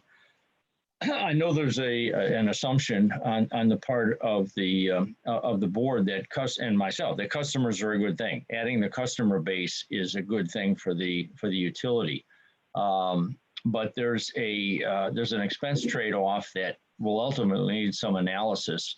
Our water system serves 2 primary purposes: potable water and fire protection. And if we're short on one thing with regard to the plant, that's a complex plant because we do treatment, obviously active treatment as well, but storage is a major concern that has to be factored into the conversation on system expansion. And storage is expensive. And so looking at what should be the optimal way to proceed and expand the center, obviously the adjacent parcels to the plant are great candidates. Because we have a very good adjacency, but I think the key issue is where do we stand ultimately on fire flow, and how do we support that? The other wild card in the situation is really the Lake Michigan supply source through Buffalo Grove, which we already know we have a price tag because we have a grant application in for that. It's more than just one water line. It's facility modifications to the plant. It's a backup loop system and other facilities that really pump up the cost of that. That'll be a part of my written assessment recommendations to the board before I get out of here. But I think these are issues that are serious cost issues that have to be factored into the future of the system. But I think the recommendations that I'm making as part of this budget are really good long-term maintenance strategies for the mechanics of the pump station itself, the emergency generator, the pump evaluation, and things that really need attention right away. And Jeff and his team have done a good job in identifying those, and I think they have a very reasonable price because I think we're under. I think it's a $15,000 allocation, but it's a very important amount of spending on that as well. So and that would wrap up the capital plan, which we've talked about the major spending earlier, and we get parking, we get bike paths, we get new roads. All good and all consistent, I think, with our track. We did take Oak Grove system out of there for this year. And that made the projects easier to balance, if you will, but we will have to address Oak Grove because we do have this comprehensive multi-year pavement assessment strategy that we want to stay as close to as we possibly can. And that would be something we want to keep one eye on all the time, because you don't want to lose the street and you're going to have it fall into reconstruction. You want to treat that as capital maintenance and resurfacing without doing a full recon. So that's sort of the highlights on the CAP budget at this point. If we could hold off for a minute, I was the one who wanted the money, and I put a number on it at 15,000. And it started out with a conversation with John Marshall many months ago about, did he think, because he's so knowledgeable on building, did he think that this village hall could be improved? And ironically, he didn't know. He just didn't know. But what he did tell me was that he had an architect, and certainly an architect who's knowledgeable about old buildings could come in and look at the things that would be important in bringing the building to a better use, and that would include, you know, the ventilation system and the septic system and the this and the that, and not that we're going to build anything, but that we could be prepared, that in the future, if that was something that we needed, we could go ahead and do. It would be over my dead body that we'd move the village hall somewhere else. It would not make sense.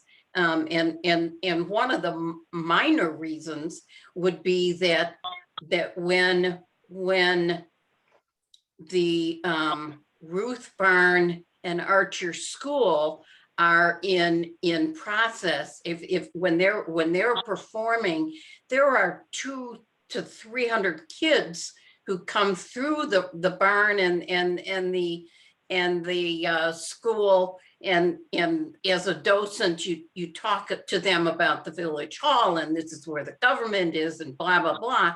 And so if you move the village hall somewhere else, you'd miss that opportunity with these kids, and by extension, their parents.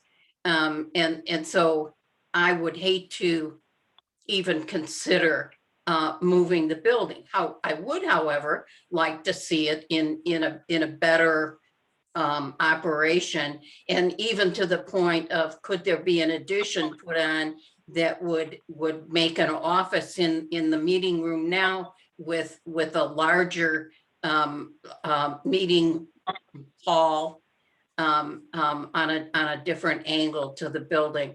So I was not out looking for determining whether the need was there. I was looking at what would be the opportunity for some time in the future. I think those are good studies to have, because one, it tends to justify either staying or leaving, because you can cost quantify some of those, at least on a concept pricing basis. But almost certainly, and I didn't mean to over exaggerate my position, certainly at grade building additions would be a candidate for expansion and preservation of the use. It would be a little bit interesting to see how you would do that within the geography. Probably going out into the parking lot would probably be your strongest candidate, because you're dealing with a lot of issues. And we talked about it in the development approval tonight, but you talk about soils and septic and wetlands and things that were pretty well tucked in that corner. But anything that you could expand at ground level is certainly expandable. It could be constructed. But the accessibility issues are challenging, and by that I mean, steps and second levels and things of that sort that aren't easily remedied for work use. But certainly lateral additions would be a candidate. So, but that would take. I would agree with it. The building is such an age in the character that if you wanted to do, spend that, you would do a facility assessment. But there'd be a Well, lot it of. actually wasn't my idea. I really have to give credit where credit is due. It was Chris Borowski's thought Okay. one time, a long time ago, and I've never forgotten it, that Chris, you suggested we should be prepared. I've got more suggestions, Bobby. You want to hear them? Yeah. Yeah, well, every once in a while, there's a good one. Thank you. And I'll steal it.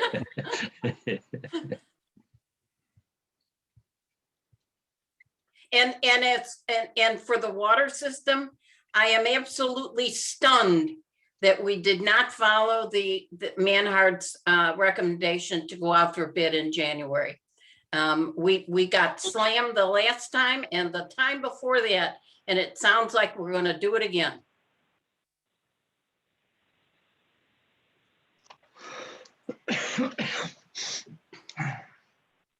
Bill, no comments on that? Yeah, I was unaware of the Manhard study until recently. And I don't think you lose options. Right now, you've got an expiring contract that theoretically could be extended on a month-to-month basis. And so I don't think it's a flip like it's lost for a few years, but I also think we have pretty good operators in there. And they're doing a lot with that fairly complicated small system that's out there. But if the direction is that we still need to seek proposals on that, the other issue is I know this only from the history and looking at it. We haven't excited a lot of the private sector in terms of being our operators. And that's not to say we can't find one. And I don't want to sound pessimistic like we can't if we did it. But as with everything else, the village in 2021 is going through a lot of changes. A new manager, we're going to have some staff shifts coming up. We've got a lot of things going on all at one time. That part of it seems to be pretty well tucked away and being addressed. But again, the opportunity rests with the village board, and if they see merit and gain from that, then that should be the direction. But we do benefit from a professionally managed water operation system. And I think the recommendations we got on capital maintenance items were sound and should all be pursued. So. Where do we go from here? It's 10 o'clock or? 10 Well, we have just, I didn't remind the board of the calendar that we have set for ourselves, because this is really kind of the workshop introduction to the board. That issues of change or modification should be routed back to me sooner rather than later in terms of thoughts and issues. And obviously we heard several things tonight that are important to evaluate. March 23rd will be our second formal presentation of the budget at the public hearing, which of course will be a virtual public hearing. So that's 2 weeks from today. And then if everything goes well with that, final adjustments and ordinance drafting and whatnot will all be completed for our February 13th meeting, which is our first meeting in April. And if What'd you say, February 13th? I'm sorry. I'm sorry, April 13th. April 30th. I'm going backwards on the calendar. April 13th. And then we always have the buffer date of April 26th if there's something that needs more development. But we certainly want to have we're under the Budget Act. We certainly want to have the budget approved by our second meeting in April. And right now, the plan that I have would have us having it approved on the 13th of April, with the 26th being the buffer, if you will, in case we need it. So there's no, other than a request for any additional and final comments to myself or Ann or Denise, that need attention between now and the public hearing. We will have the hearing advertised for the March 23rd meeting, and then hopefully seek direction from the board on putting it in final form for April consideration. So that would be, I think, the next steps to take.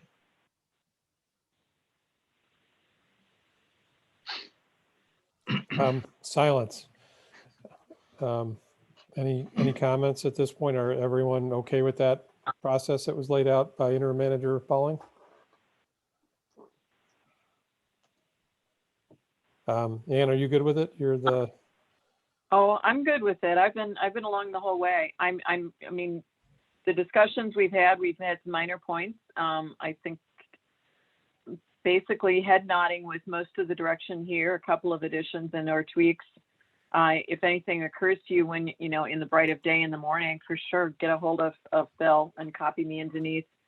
Big kudos to Denise for dogging lots of things down as well. Absolutely. Thank you, Ann. Thank you. Thank you. All right, can we move along here, I guess? I know we have public comment on the agenda. Let me ask this. We don't need to go to executive session tonight, correct? But can we approve the executive session meeting minutes without going into executive session? I think We that's can, so long as there are no matters that you want to discuss about it. If there are, I would suggest deferring them until after the executive session. Does anyone have any concerns or changes to the executive session meeting minutes that you have before you, the February 23rd, February 9th, and I got it backwards, January 12th? I reviewed them. I had no comments. Good. Does somebody want to make a motion to approve all three of them? Or does No. somebody- No? Okay. That's the answer. No. No one does. All right, humor me please some more. Somebody actually make a motion. So moved. So moved. Okay, moved by Trustee O'Connor, seconded by Trustee O'Reilly. Is that right? Roll call, Amy, if you still want to do a roll call, if you're still here. Yes. Okay, so that was Trustee O'Reilly on the second. Yes. Okay. All right, Trustee Michelle. Yes. Trustee O'Connor. Yes. Trustee Nora. Yes. Yes. Trustee O'Reilly. Yes. Trustee Kritzmeyer. Yes. And Trustee Borowski. Yes. All right, motion carried. Now we have still some time. Thank you very much. We still have some time on the agenda for public comment. Is there any public comment at 10:10 at night? Yes, I have one. Public comment. Okay, Chris has public comment. Seeing that we're virtual and not battling traffic into the village hall, any consideration to moving the meetings up earlier in the day to an earlier start time so that we have some brain cells left before we conclude? Just a thought, question, ... Well, anyone up for considering 6 o'clock or 6:30? I can't go, I couldn't go earlier than that, but I work till 6:30 pretty much every day. So It's not one of your good ideas, Chris. I like it. actually, I think it's a great idea. It's finding time. Well, to- no, I mean operationally, it doesn't work. Doesn't work I for think me. I would much rather do things in the morning, but Right. yeah, so somebody that just retired. Thank you very much. Yeah, right. I'm not really retired. believe I me. know, I'll I be know. back You'll be on getting a that job after. again soon, but yeah. Well, thank you for indulging me. I'll be quiet now. No, it's a good idea. Maybe there's just a way to shorten the meetings. Maybe that's the answer. Well, I have some ideas, but I'm not going to say them tonight. You'll all be yelling at me, so. Well, when we were in person, I used to push some. She give you used some to ideas poke on me it. is Give you some actually what she did. Oh, no, What? no. Anne would put an agenda with times next to every topic. Yes, And then she she was would, not subtle. then she would point at her watch during the meeting when we missed it. So, All right, then I'll move to adjourn so we can get out of here. yes, okay, moved by trustee Browski, Second. seconded by trustee O'Connor. Aye. Roll Okay, call, trustee please. Amy. Boraski, Yes. trustee Kritzmeyer, Aye. trustee O'Reilly. Aye. Okay, trustee Nora, Yes. trustee O'Connor, Yes. and trustee Michaud. Yes. Motion Happy carries St. unanimously. Patrick's Day to everyone. But thank you, Bobby. I'm Same to sure you. you guys all realize that tomorrow is the 1-year anniversary of the last time we were together, March 10th. Ugh. Just in case you Wow. didn't know that, I will point that out. Wow. And congratulations Yep, for 1 being year. endorsed. It That's just the came out, the precedent. Daily Herald endorsed Bobby, Ann, and Rita. So congratulations. What? That's great. Oh, thank you, Lori. Was that in the paper today or was that last night? It's tomorrow. It It's just tomorrow's came out. paper. as a Okay, so it's, newsletter. okay, it was online tonight. Congratulations, way to go. Yeah, congratulations. Congratulations. That's awesome. All right, good night, everybody. Good night. Thank you. Good night. Night.